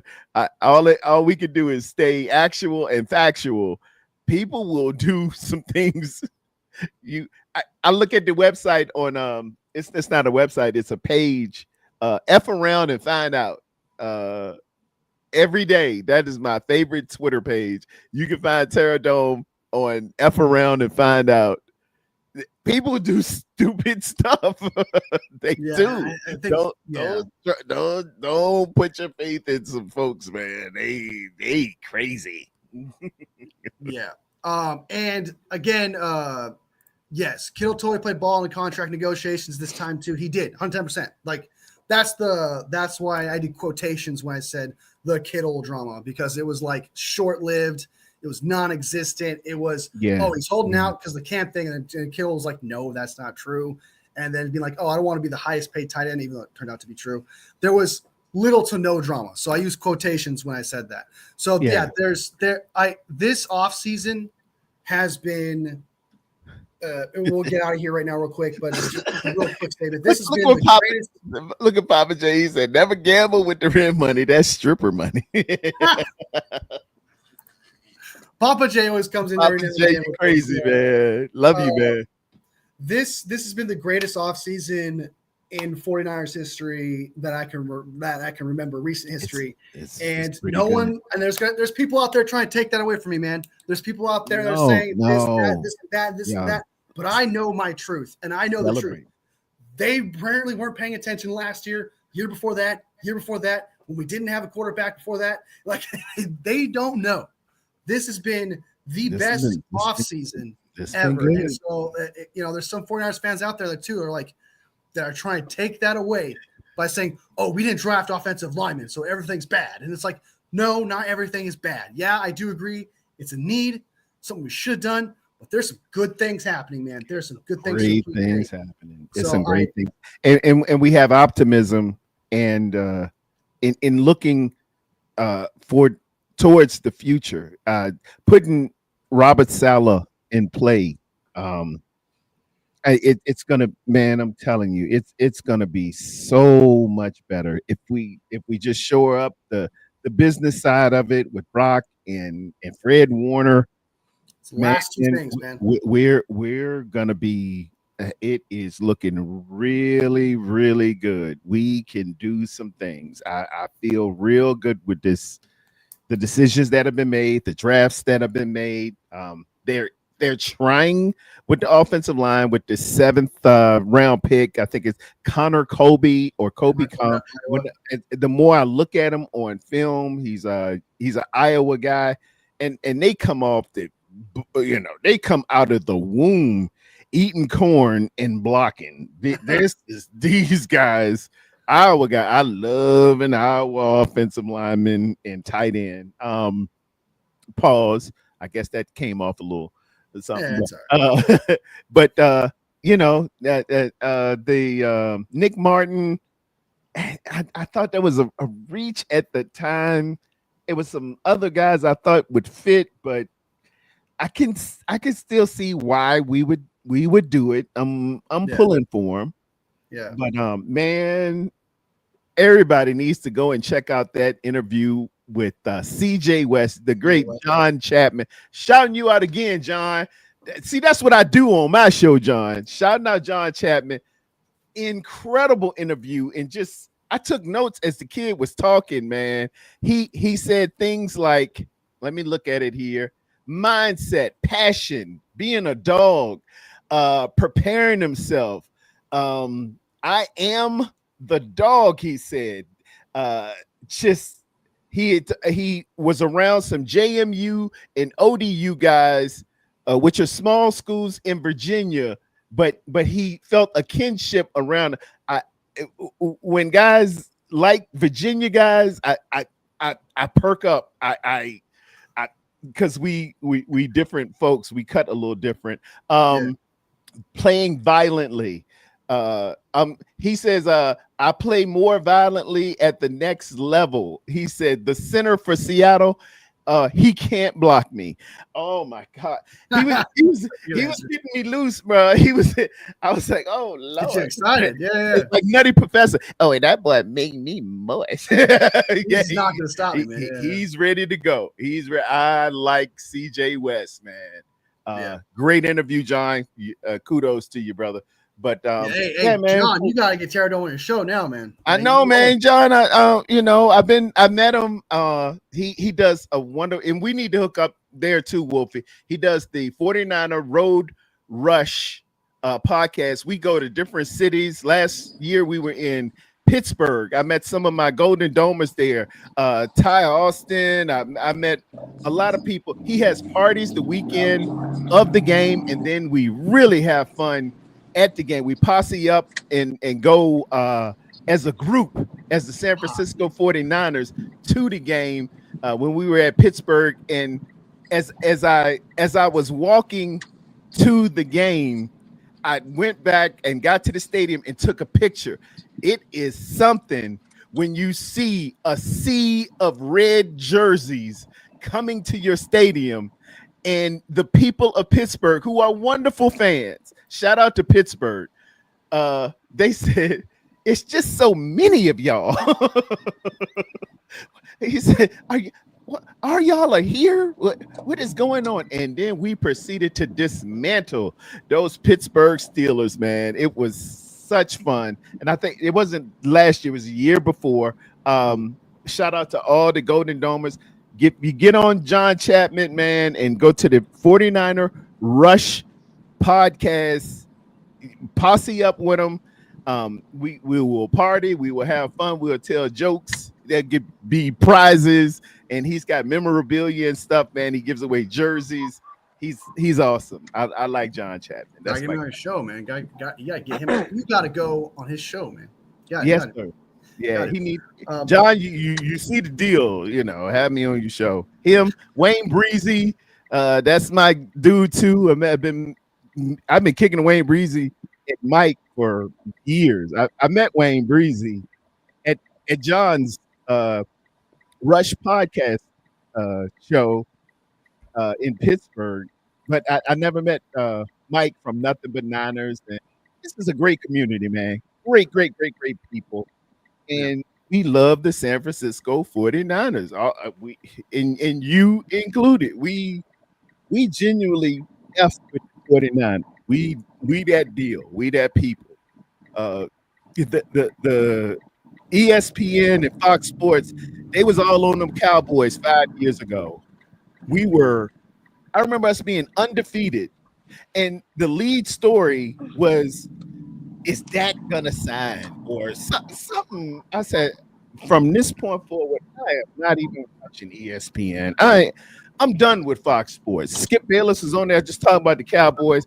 I said, man, not so much anymore nowadays, but yeah. I said, let's move the show. I'm gonna mess with Rombo Sports. I'm gonna do some other things. I'm online kicking it, and I'll do my own thing for us to have a community. And what do you know? Now the NFL has moved to YouTube. Yeah, it's true. Because we run the podcast universe. We run the internet. We are the gold standard. No pun intended. No, pun intended. We the gold standard for what a franchise is supposed to be. Other places are just trying to catch up. It's all about the San Francisco 49ers and all about us. I know, Red Jet. I'm trying to get a breath in to introduce you. Okay, go ahead and get Red Jet in here. I ain't see her. Sorry, Red is feeling the passion, and I don't want to stop him. He's feeling the passion. Yeah. He's got something to say, man. I don't want to stop. Wolfie, let me go. All right. Yeah. So Red Jet, you're on here, but it just shows your audio. It doesn't say. Okay. Can you guys hear me? Okay. Yeah, I was hearing some cars go by and everything. Yeah, where you at? I'm driving. I'm sorry, y'all. We had a power outage in our building, so they sent us home. And I'm like, that's fine with me. So I'm just getting to the house. So go back to work and get the power right. You just off from what you playing hooky. You're playing hooky, Jet. Nope.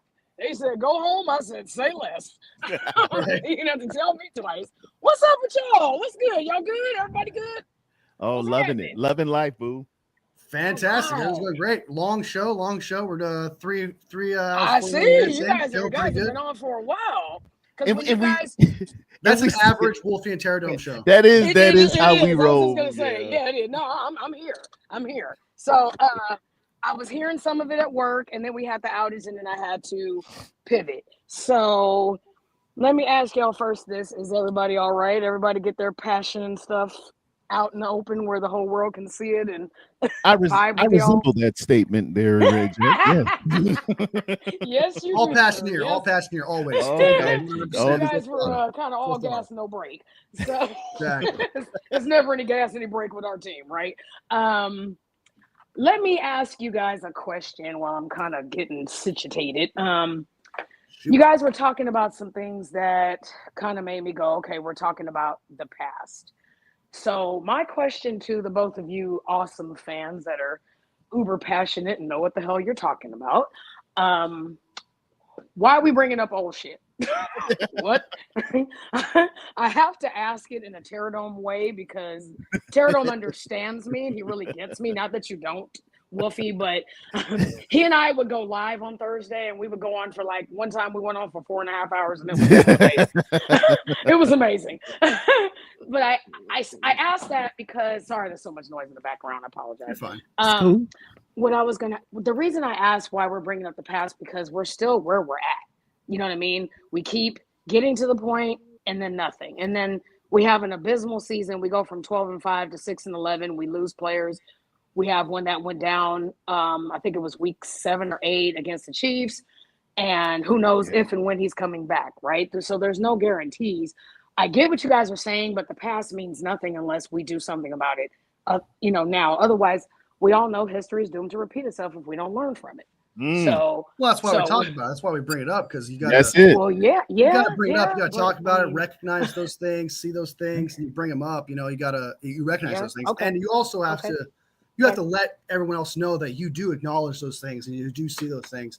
And some things, like for example, me and Tarrerdome disagree on some things that in the past, Yeah, you we you don't agree did. with. You had And a that you had a happens. very And good then disagreement. You that's did. It why was great. Yeah. that's why you talk about the past, so that you make sure it's recognized. That's way Yeah. you know that, Period. okay, this was the issue, so you Period. could address it later. It's not always about living in the past. It's about assessing the past and then bring it into what you're Okay. doing now. So it's not always. I totally understand. Like you got to think of what you're doing now. What can you fix now? But you got to also assess the past to be able to fix what you're doing now, so you know what not to do in the future. And so we talk about the past. I think the past is important, especially when a past success are important to talk about as well. Like winning 5 Indeed. Super Bowls, big deal. Records that are broken are a big deal, and stuff like that. I Indeed. think history is a very important thing to talk about. And I know I get what you're saying. Like, okay, we can't just linger on the past in a dark, evil way where you're like, we should have won this Super Bowl, blah blah blah blah. Like I Yeah, totally I was understand getting that there. part. Yeah. But like history is important to something to always remember and something to assess and Absolutely. appreciate when those things that appreciate come around the corner. So I and there's agree sometimes it's a with great you. conversation to reminisce about those things. Kind of like when you're like your old school friend, you want to reminisce about the good times. The same thing. 49ers. Yeah. I want to reminisce about how good Debo was at one point. That was a good time, man. He was so good that 2021 season. Those things you want to reminisce about. So Yeah. yeah, for sure. But I know what you mean. Like not get upset and hold on to the Super Bowl loss and things of that nature. If you're talking about that, then yeah, I totally agree with you on that. Well, that, and then there was another thing that kind of stuck out. It's like we're talking about past stats that have no bearing on today. And I get that. I mean, I'm in agreement with you. Like me, one thing I'm not going to do is debate. Like Tarrerdome will tell you, I don't throw darts and I don't do all this. What is the past and blah, blah, blah, right? I think the reason I was asking and kind of thinking about it, like, I was kind of joking a lot, like, Ty and everybody in the chat. Yeah. But I also really go and think about it, and I'm just like, okay, we're still where we're at. We still don't have a ring. We had an NFC team that just wrote out, just not even wrote it out. They displayed the blueprint that we already had from Jump Street. But that's me. But then I go, we're talking about the past and we're assessing the past. Is the front office doing the same? Is the coaching staff doing the same? Are they having these conversations that we are? And then I go, ooh. I want to say hated it. I want to say hated it. Why? Because I don't think that they're thinking on the level to which we are as fans. They're not. I don't even think they're considering their fan base and how passionate that we really are. I mean, hell, we're called Whiner fans, not Niner fans. Whiner fans. Oh, we can win a Super Bowl and they'll still call us that, though. To be fair, Yeah, we've been winning. We've been winning since '81, and they still call it because it rhymes, Jet. And we know let me take a moment out and truly acknowledge the answer that Wolfie said about our conversation, our debate, our discourse, whatever would have you. Well, this is why I mess with this young man. This is why I F's with Wolfie. Same. He just he poignantly and prestigiously put it out. He is this dude is my dude. I rolls with Wolfie, man. It's like Winston Wolf on the daggone on Pulp Fiction. When I said, "Oh, you sending the wolf?" Well, that's all you had to say, Negro. That's my did dude, you want the man. Royale? I am crazy about this young man, man. This is my dude. And thanks, Wolfie, for eloquently putting that on out, man. You top dog, brother. I am crazy about Wolfie. Wolfie's just that guy, man. That's my dude. Hey, period. I appreciate you too, man. I You're a good concur. host, man. You know, it's a good flow and stuff like that. You know, we work off each other really well and stuff like that. Pause, but it's just kind of, you know, it's what's about, man. When you have a You good see him show, slip the pause in. Well, he's so cool, ain't he? Ain't he, Jet? He just don't. He is. that's how I couldn't pauses agree work. with You go more. pause, and then you move on. You go pause, and you Yeah, move on. Pause Acknowledge, and you move move on. on. Exactly. I'm crazy don't about dwell- you too, pause. We don't dwell on the pause, right? Like Um, we don't dwell He on the cool. past. Wolf is right? my dude, man. Yeah. The shows don't last 3.5 hours if there's no chemistry. If you don't enjoy someone's conversation, those shows don't last that long if you're not able to click. No, Yeah, they I done don't been even, on- they don't even yeah. last 30 Um, minutes. Much Yeah, less 3 we done been hours, on some right? shows, Wolf, and I'm like, is there an exit here anyway? I'll tell you, no respect, no respect. I've seen When I those gotta shows, go. Tarrerdome. I saw one the other night. I'm like, okay, is this gonna end anytime Y'all all soon? right? I was gonna ask, but I'm like, I'm gonna mind my business, stay in my But- lane. Let me go. To answer the there's not just a little bit of pushback on one thing that you said that I agree with you for 110% from like all the way from like 2017 to 2023. I agree with you with they're not listening to the fan base. They're kind of like doing their own thing, and they're just like, it seems like they're doing things to spite fans almost. It seems like, Or but I in feel like spite this of, yeah, off, in spite of, yeah. yeah, Go ahead. and I feel like Yeah, go ahead. Sure. in this off season in particular, though, I preached this pretty much from the start. And I was like, this could change, but so far it hasn't.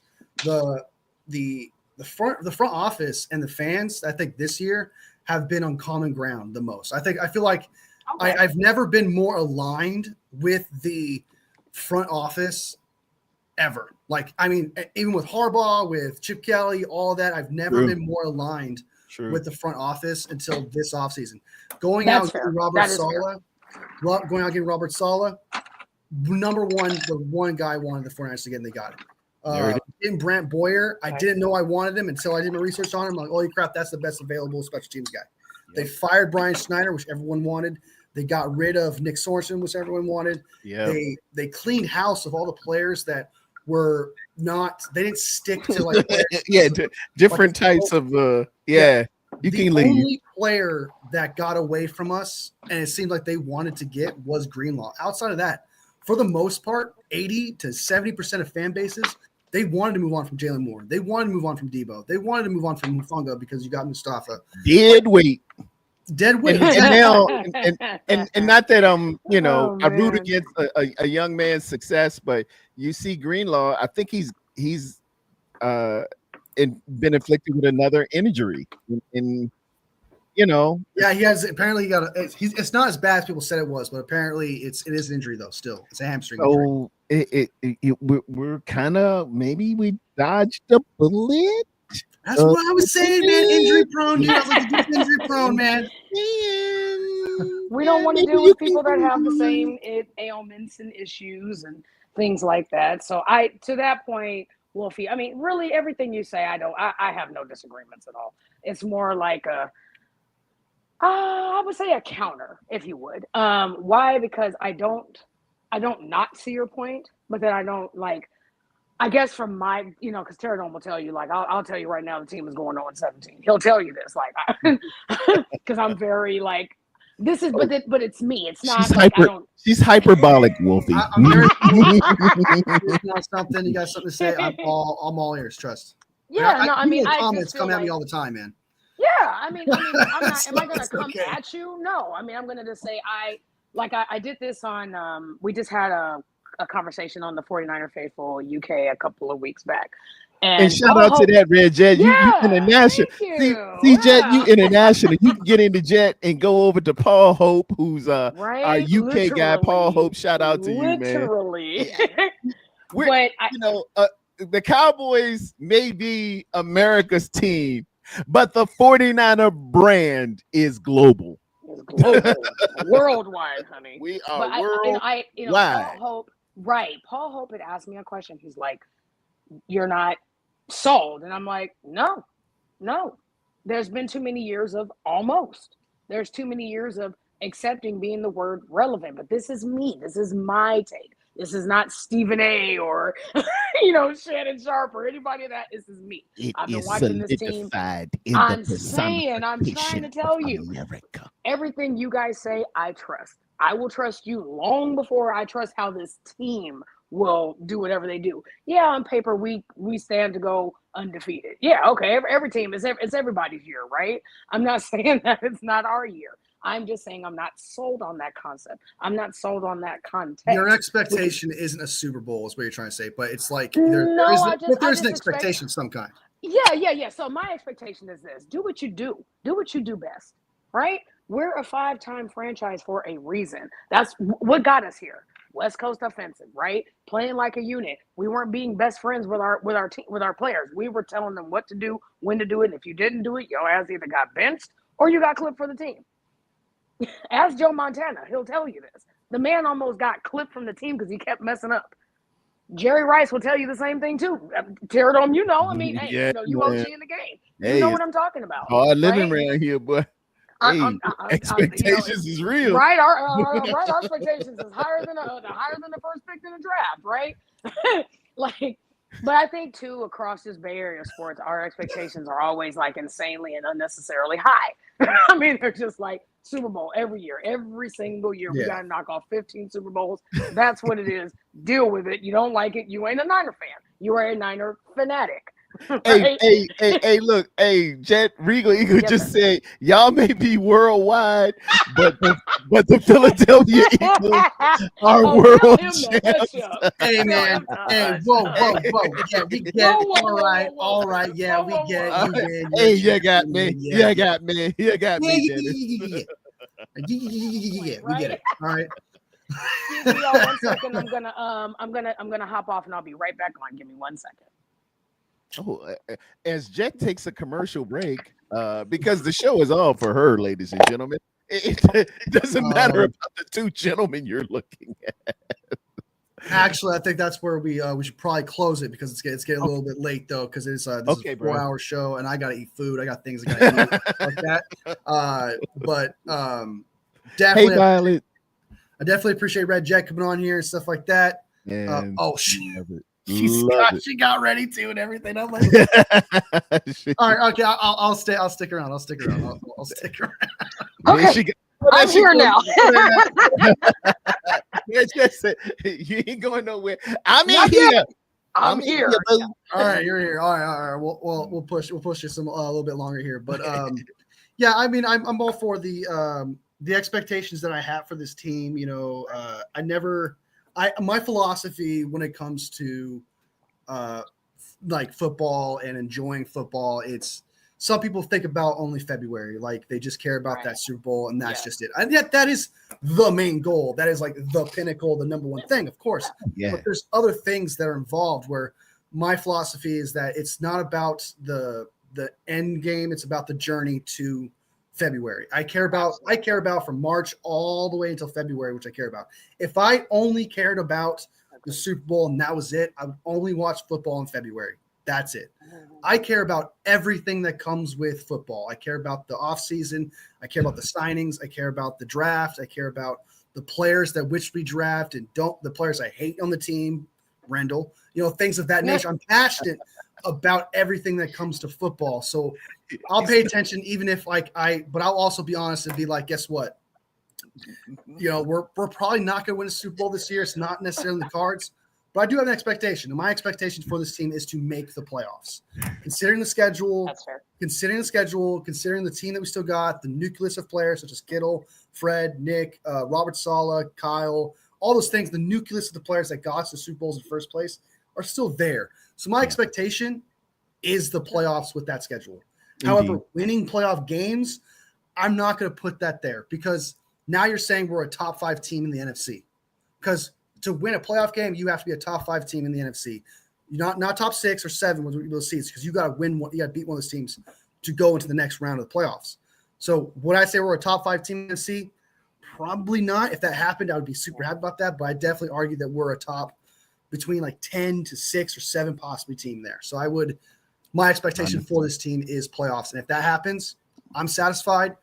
Someone asked the question earlier, if the 49ers don't make a divisional round, do you think Kyle should be fired or should he be on the hot seat?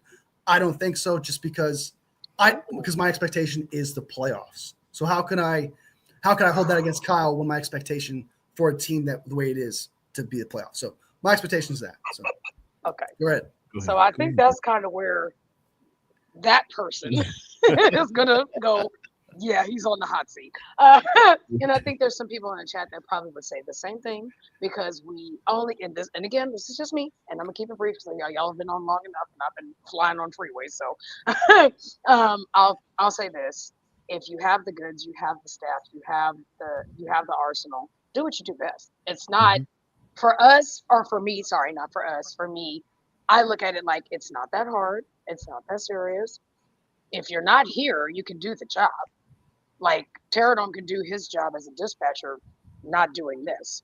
You can do what you do, Wolfie, not doing this. I can do what I do, doing photography, not here most of the time, not here. And if I'm thinking about it, I'm not going to get the shot that I'm trying to get. Tarrerdome can't help the public. You can't do what you do best. That's just me from that standpoint, and not being. I mean, I'm trying not to do it and go off topic, but and I apologize if I am. Fine. It's just at the end of the day, I'm looking at it like, yeah, I'm looking at playoffs too, but I'm also looking at player health. I'm looking at player safety, because this is 17 weeks that we're talking about. 17 very long, torturous weeks. Very long, torturous weeks. And who's to say our bye week won't be week 5, week 6? And then you got to go 11 long weeks versus 9 long weeks, and then you get a bye week. By the way. I'm sorry. The schedule release should be tomorrow, I think. Oh wow! All right, breaking Wednesday. news. Next I could Wednesday. be wrong on that. Yeah, We can double check. get the schedule out here. May 14th Make your coming. plans. Put in your vacation days, as I will. Schedule And release. see what we. What I'm trying to say is plays into like you're talking about variables that you can't Yeah, foresee it's that could come into play. and they're understood. That could change your expectation of what. That's what Absolutely. in business we call that overhead. It's gonna come into play. Injuries and things of that nature come into play, but just as given right now, I feel like Wolfie. This is a playoff team, given the schedule or Agreed. Same. who we're gonna play, not how we're gonna play them and the rate that we will play them. But Right. it should be a playoff team, and not have the expectations the same as Wolfie. This is a playoff team, and if I can get into the dance, I know I can. Y'all ever been the best dancer in your neighborhood or one of the best? Absolutely not. If Absolutely not. I like how he one said it move, with which is he said it with no conviction, just absolutely or not. the best rap. If I could just get in the contest, I'm gonna show out. Something gonna happen, and I'm gonna just do my thing. If I could just get into the party, if I can just get the invitation, I'm gonna show them what's up. I'm gonna win the $50. Being a comedian, I'm gonna do something. And the 49ers have the moxie, the wherewithal, and the nucleus to get just to the party, get me into the playoffs, and we can all be some fighting MFers in here in the playoffs. I'm agreeing with both of you. I'm just like, just get out of here. Stop trying. I mean, my thing is, stop trying to be somebody you're not. You're not Mike Shanahan. Okay? Do you, Kyle? That's all we're asking. Do you? Because when you do you, you're a damn fine coach. I have no complaints. Yeah, when I have zero complaints. I don't know what to complain about. They say, "Oh, Kyle in his bag today." Be in your bag every time. Just you got these. Just be in your bag. Don't mess around and stay stuck on stupid and just say, well, I planned this out, and this is what I'm going to run. Dude, no, be able to play some jazz, man. No Europeans. It's going like this, so let's get like that. That's all I'm saying. You have it all. You got it all. Just bring it home, bro. I would argue that that the team last year with this schedule would have made the playoffs. I think if you took the team with all their I agree with devastating that. injuries, all their issues, all the things that happened, and you took that team this year with this schedule And these coaches, and we, these guys, and I these would coaches, say we honestly, yep. do. they I would was still saying make the the same playoffs. thing. but we Yeah. know we were doomed with Sorensen looking like he run moonshine on the weekends. He was good at like one or two things, man, but he didn't know how to use his players at all. And he had no idea. He was over his skis. He didn't even want the job. Probably they said Kyle said, "Hey, look, you're defensive coordinator." He's like, "Me." He was like, "Yeah, you can do it. You can do it. I'm gonna give you a guy who will help you along with it in help you in what's his name? Staley, the fired head coach up in Brandon Staley. yeah. Right. I'm like, and he ain't do nothing the whole week. He ain't do nothing the whole 17 weeks. He was like Tommy on Martin. He ain't had no Yeah. job.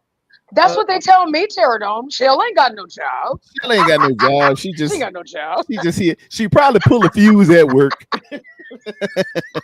Shh. Would you be quiet? I said- wanted to go home. Okay. I I just know. wanted to go home. Knee trick there, Jet Chat. Oops. There is there's one variable that a lot of people are not like thinking about with this upcoming schedule. I do understand they're playing we're playing the Houston Texans. We're playing the entire AFC East or West. I can't think of it. South. Whoever's in the South, Yeah. the Colts and Houston Texans, and I get that. But there's one variable some people are not thinking about where like we play the Bears, right? The Bears are really good this year. Like that could be a loss. And they will And jump not up be and as good as get they were us. last year. They've got us before. They And have the, some. They've improved. Better coach, improved. better offensive line, more weapons, better Yeah. defense. Like they got way better this year. Where I think honestly they could be a bit of a problem, and I don't think they're going to be as bad as they were last year. Like I can't see I it. don't Ben think so Johnson's either. too good. Yeah, Even man. if you don't believe in Caleb Williams, I mean, I think Caleb Williams will benefit from the offensive line, like from Ben Johnson. In my scouting, I always do I do a show a week before the game, and I scout out and look at the team we're playing just to give insight on what a defensive coordinator might be looking at, or looking at their deficiencies, looking at what they're doing, looking at their stats and stuff like that, giving you game film. And the Bears had some decent parts. They weren't winning That at defense was all. solid. They were falling apart, but Yeah. they had pieces. They had pieces, and they got this young quarterback. They got some talented receivers. Now they're really getting it. You bring in the offensive coordinator from the Detroit Lions.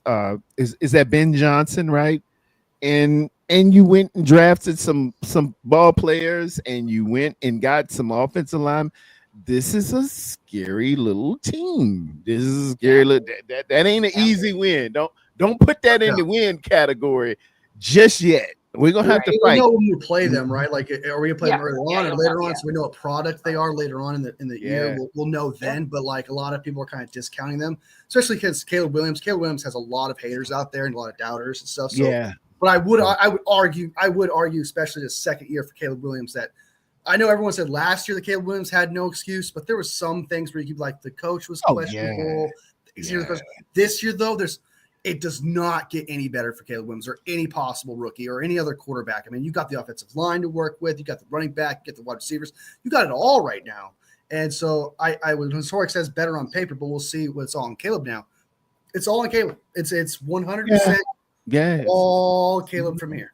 Like he's a USC guy. He's used to being the center of attention. This guy's going to come. Gave him a little bit more help on the offensive line. You gave him some pieces. It's not going to be the same old show as usual. I think he's going to make his steps. And I see this when I scout the teams. I see what you have. And we got Darwin in there. Darwin, Levi. We just I see what you got. I know. I look at the other 30 teams and I look at it objectively. I look at it from a standpoint of what we possibly can do against you, what you're missing, but what you do and you do well, it comes into play when I'm scouting week to week. So I give it my fair, objective, not criticism, but evaluation. Yeah. And Analysis. analysis. That's me. I'm a analysis by trade. I was a purchasing analyst with Caterpillar. I do this with emergency services now. I analyze, I evaluate, I tell you objectively, this is what I am looking at. Of the data you've given me, here it is. And I have to speak in those boardrooms sometimes, man. And they might not want to hear, hey, you need to put about 20, 30 more thousand into this versus that. And he's like, well, we didn't hire you for this. I'm like, well, this is how I'm looking at it. I'm a Six Sigma black belt, or I'm a green belt. I'm applying for my black belt. Okay. I gotta say, I didn't see a karate, I didn't see that. Okay. All right. Do you know how versatile Tarrerdome is? Like, to go back to the analyst side of it. So what I do with the state is I work with apprentices that have been terminated from their trade program, and then I also talk to the program that they've been terminated from. So I'm looking at two sides of a story. That's why I asked you guys, like, why are we talking about this? Why are we talking about this? Because I have to do a concept of this complaint and then a context, and then provide context of this complaint. Why were they terminated? What's going on? I can easily hear. You got to tell the whole. I'm sorry, but then I have to dig a little. I have to go because further and go. You got to hear the whole story. You got to go back. That's what I do for a living every day. It's contextual. It's conceptual. We got to tell how we were feeling, how we looked at things, the run game, what happened that night, and this is what I saw. And Wolfie said, "Well, this is how I saw it." And it's always his side, her side, and the truth. It's right. Yeah. When I get these answers from these programs, that's where the truth is going to well out, because of course the apprentice is going to be, oh, I love the program and I love being a tradesman. And I love this and I love that. Yeah. But what had happened? What had happened was exactly. So that's why I was asking those questions, and that's kind of why I was kind of friendly darting both of you, because I'm like, oh, it's okay. It's all right, Jet. As long as Jet is saying it, it's all good. Exactly. Right. I'm here to give back. Right. Just cathartic. Let us all breathe. Don't do this. Woo, woo, woo, woo. I was thinking it, but you said it, so that's fine. But thank y'all for having me. This is fun. I know you guys have been on forever. Thank you, Jet. Yeah, I'm glad you're here. You the showstopper. Everybody was here to see you anyway. So they always come to see I know. We just battle it out. Go we're the opening group. You know who we are, Wolfie? When Jet comes, we're many, many more. At every concert, they will say, the Eagles are coming, ladies and gentlemen, and many, many more. Oh, gotcha. Okay. We're many, many more. What? Wow. Jet is You see what he does? We're the Pips. Yeah. Jet is Gladys Knight. He's the king of analogies, man. That's my tag for him. King of analogies. There, I totally get it.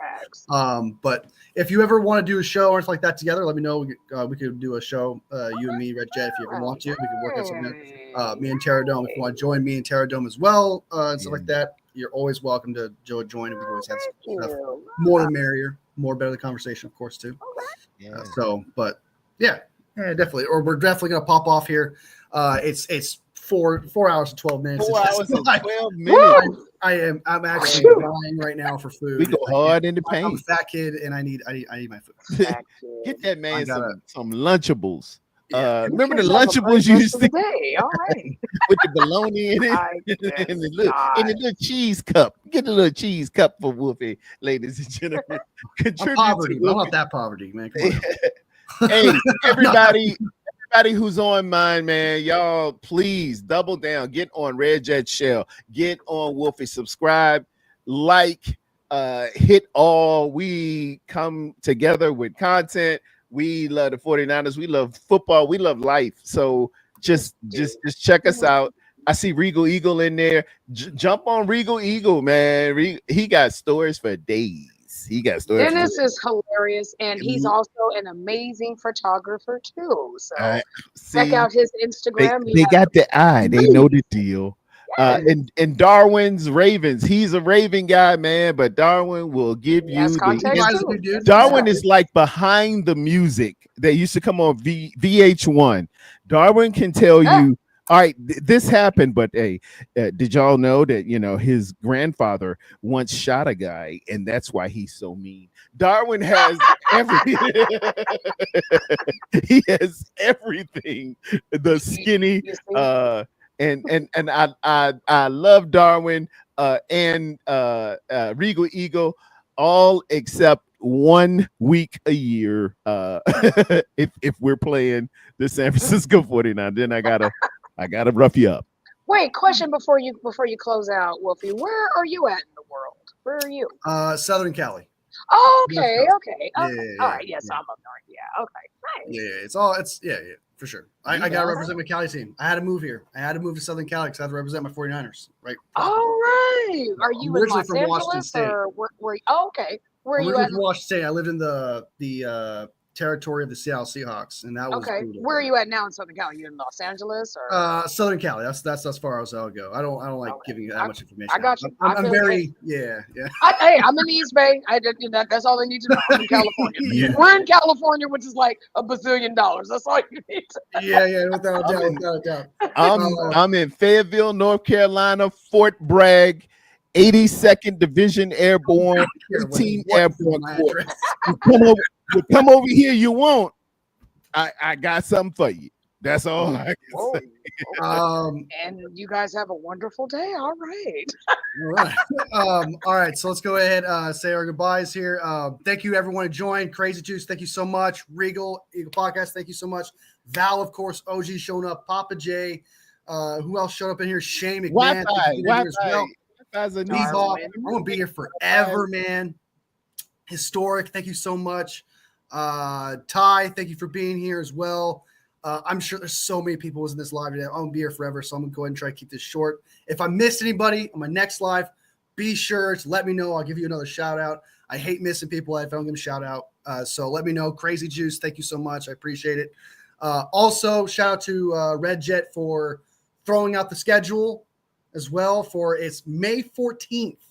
May 14th. So not this Wednesday, but next Wednesday. So shout out to her. And also shout out to Red Jet for joining the show. Great conversation. Thanks for being here.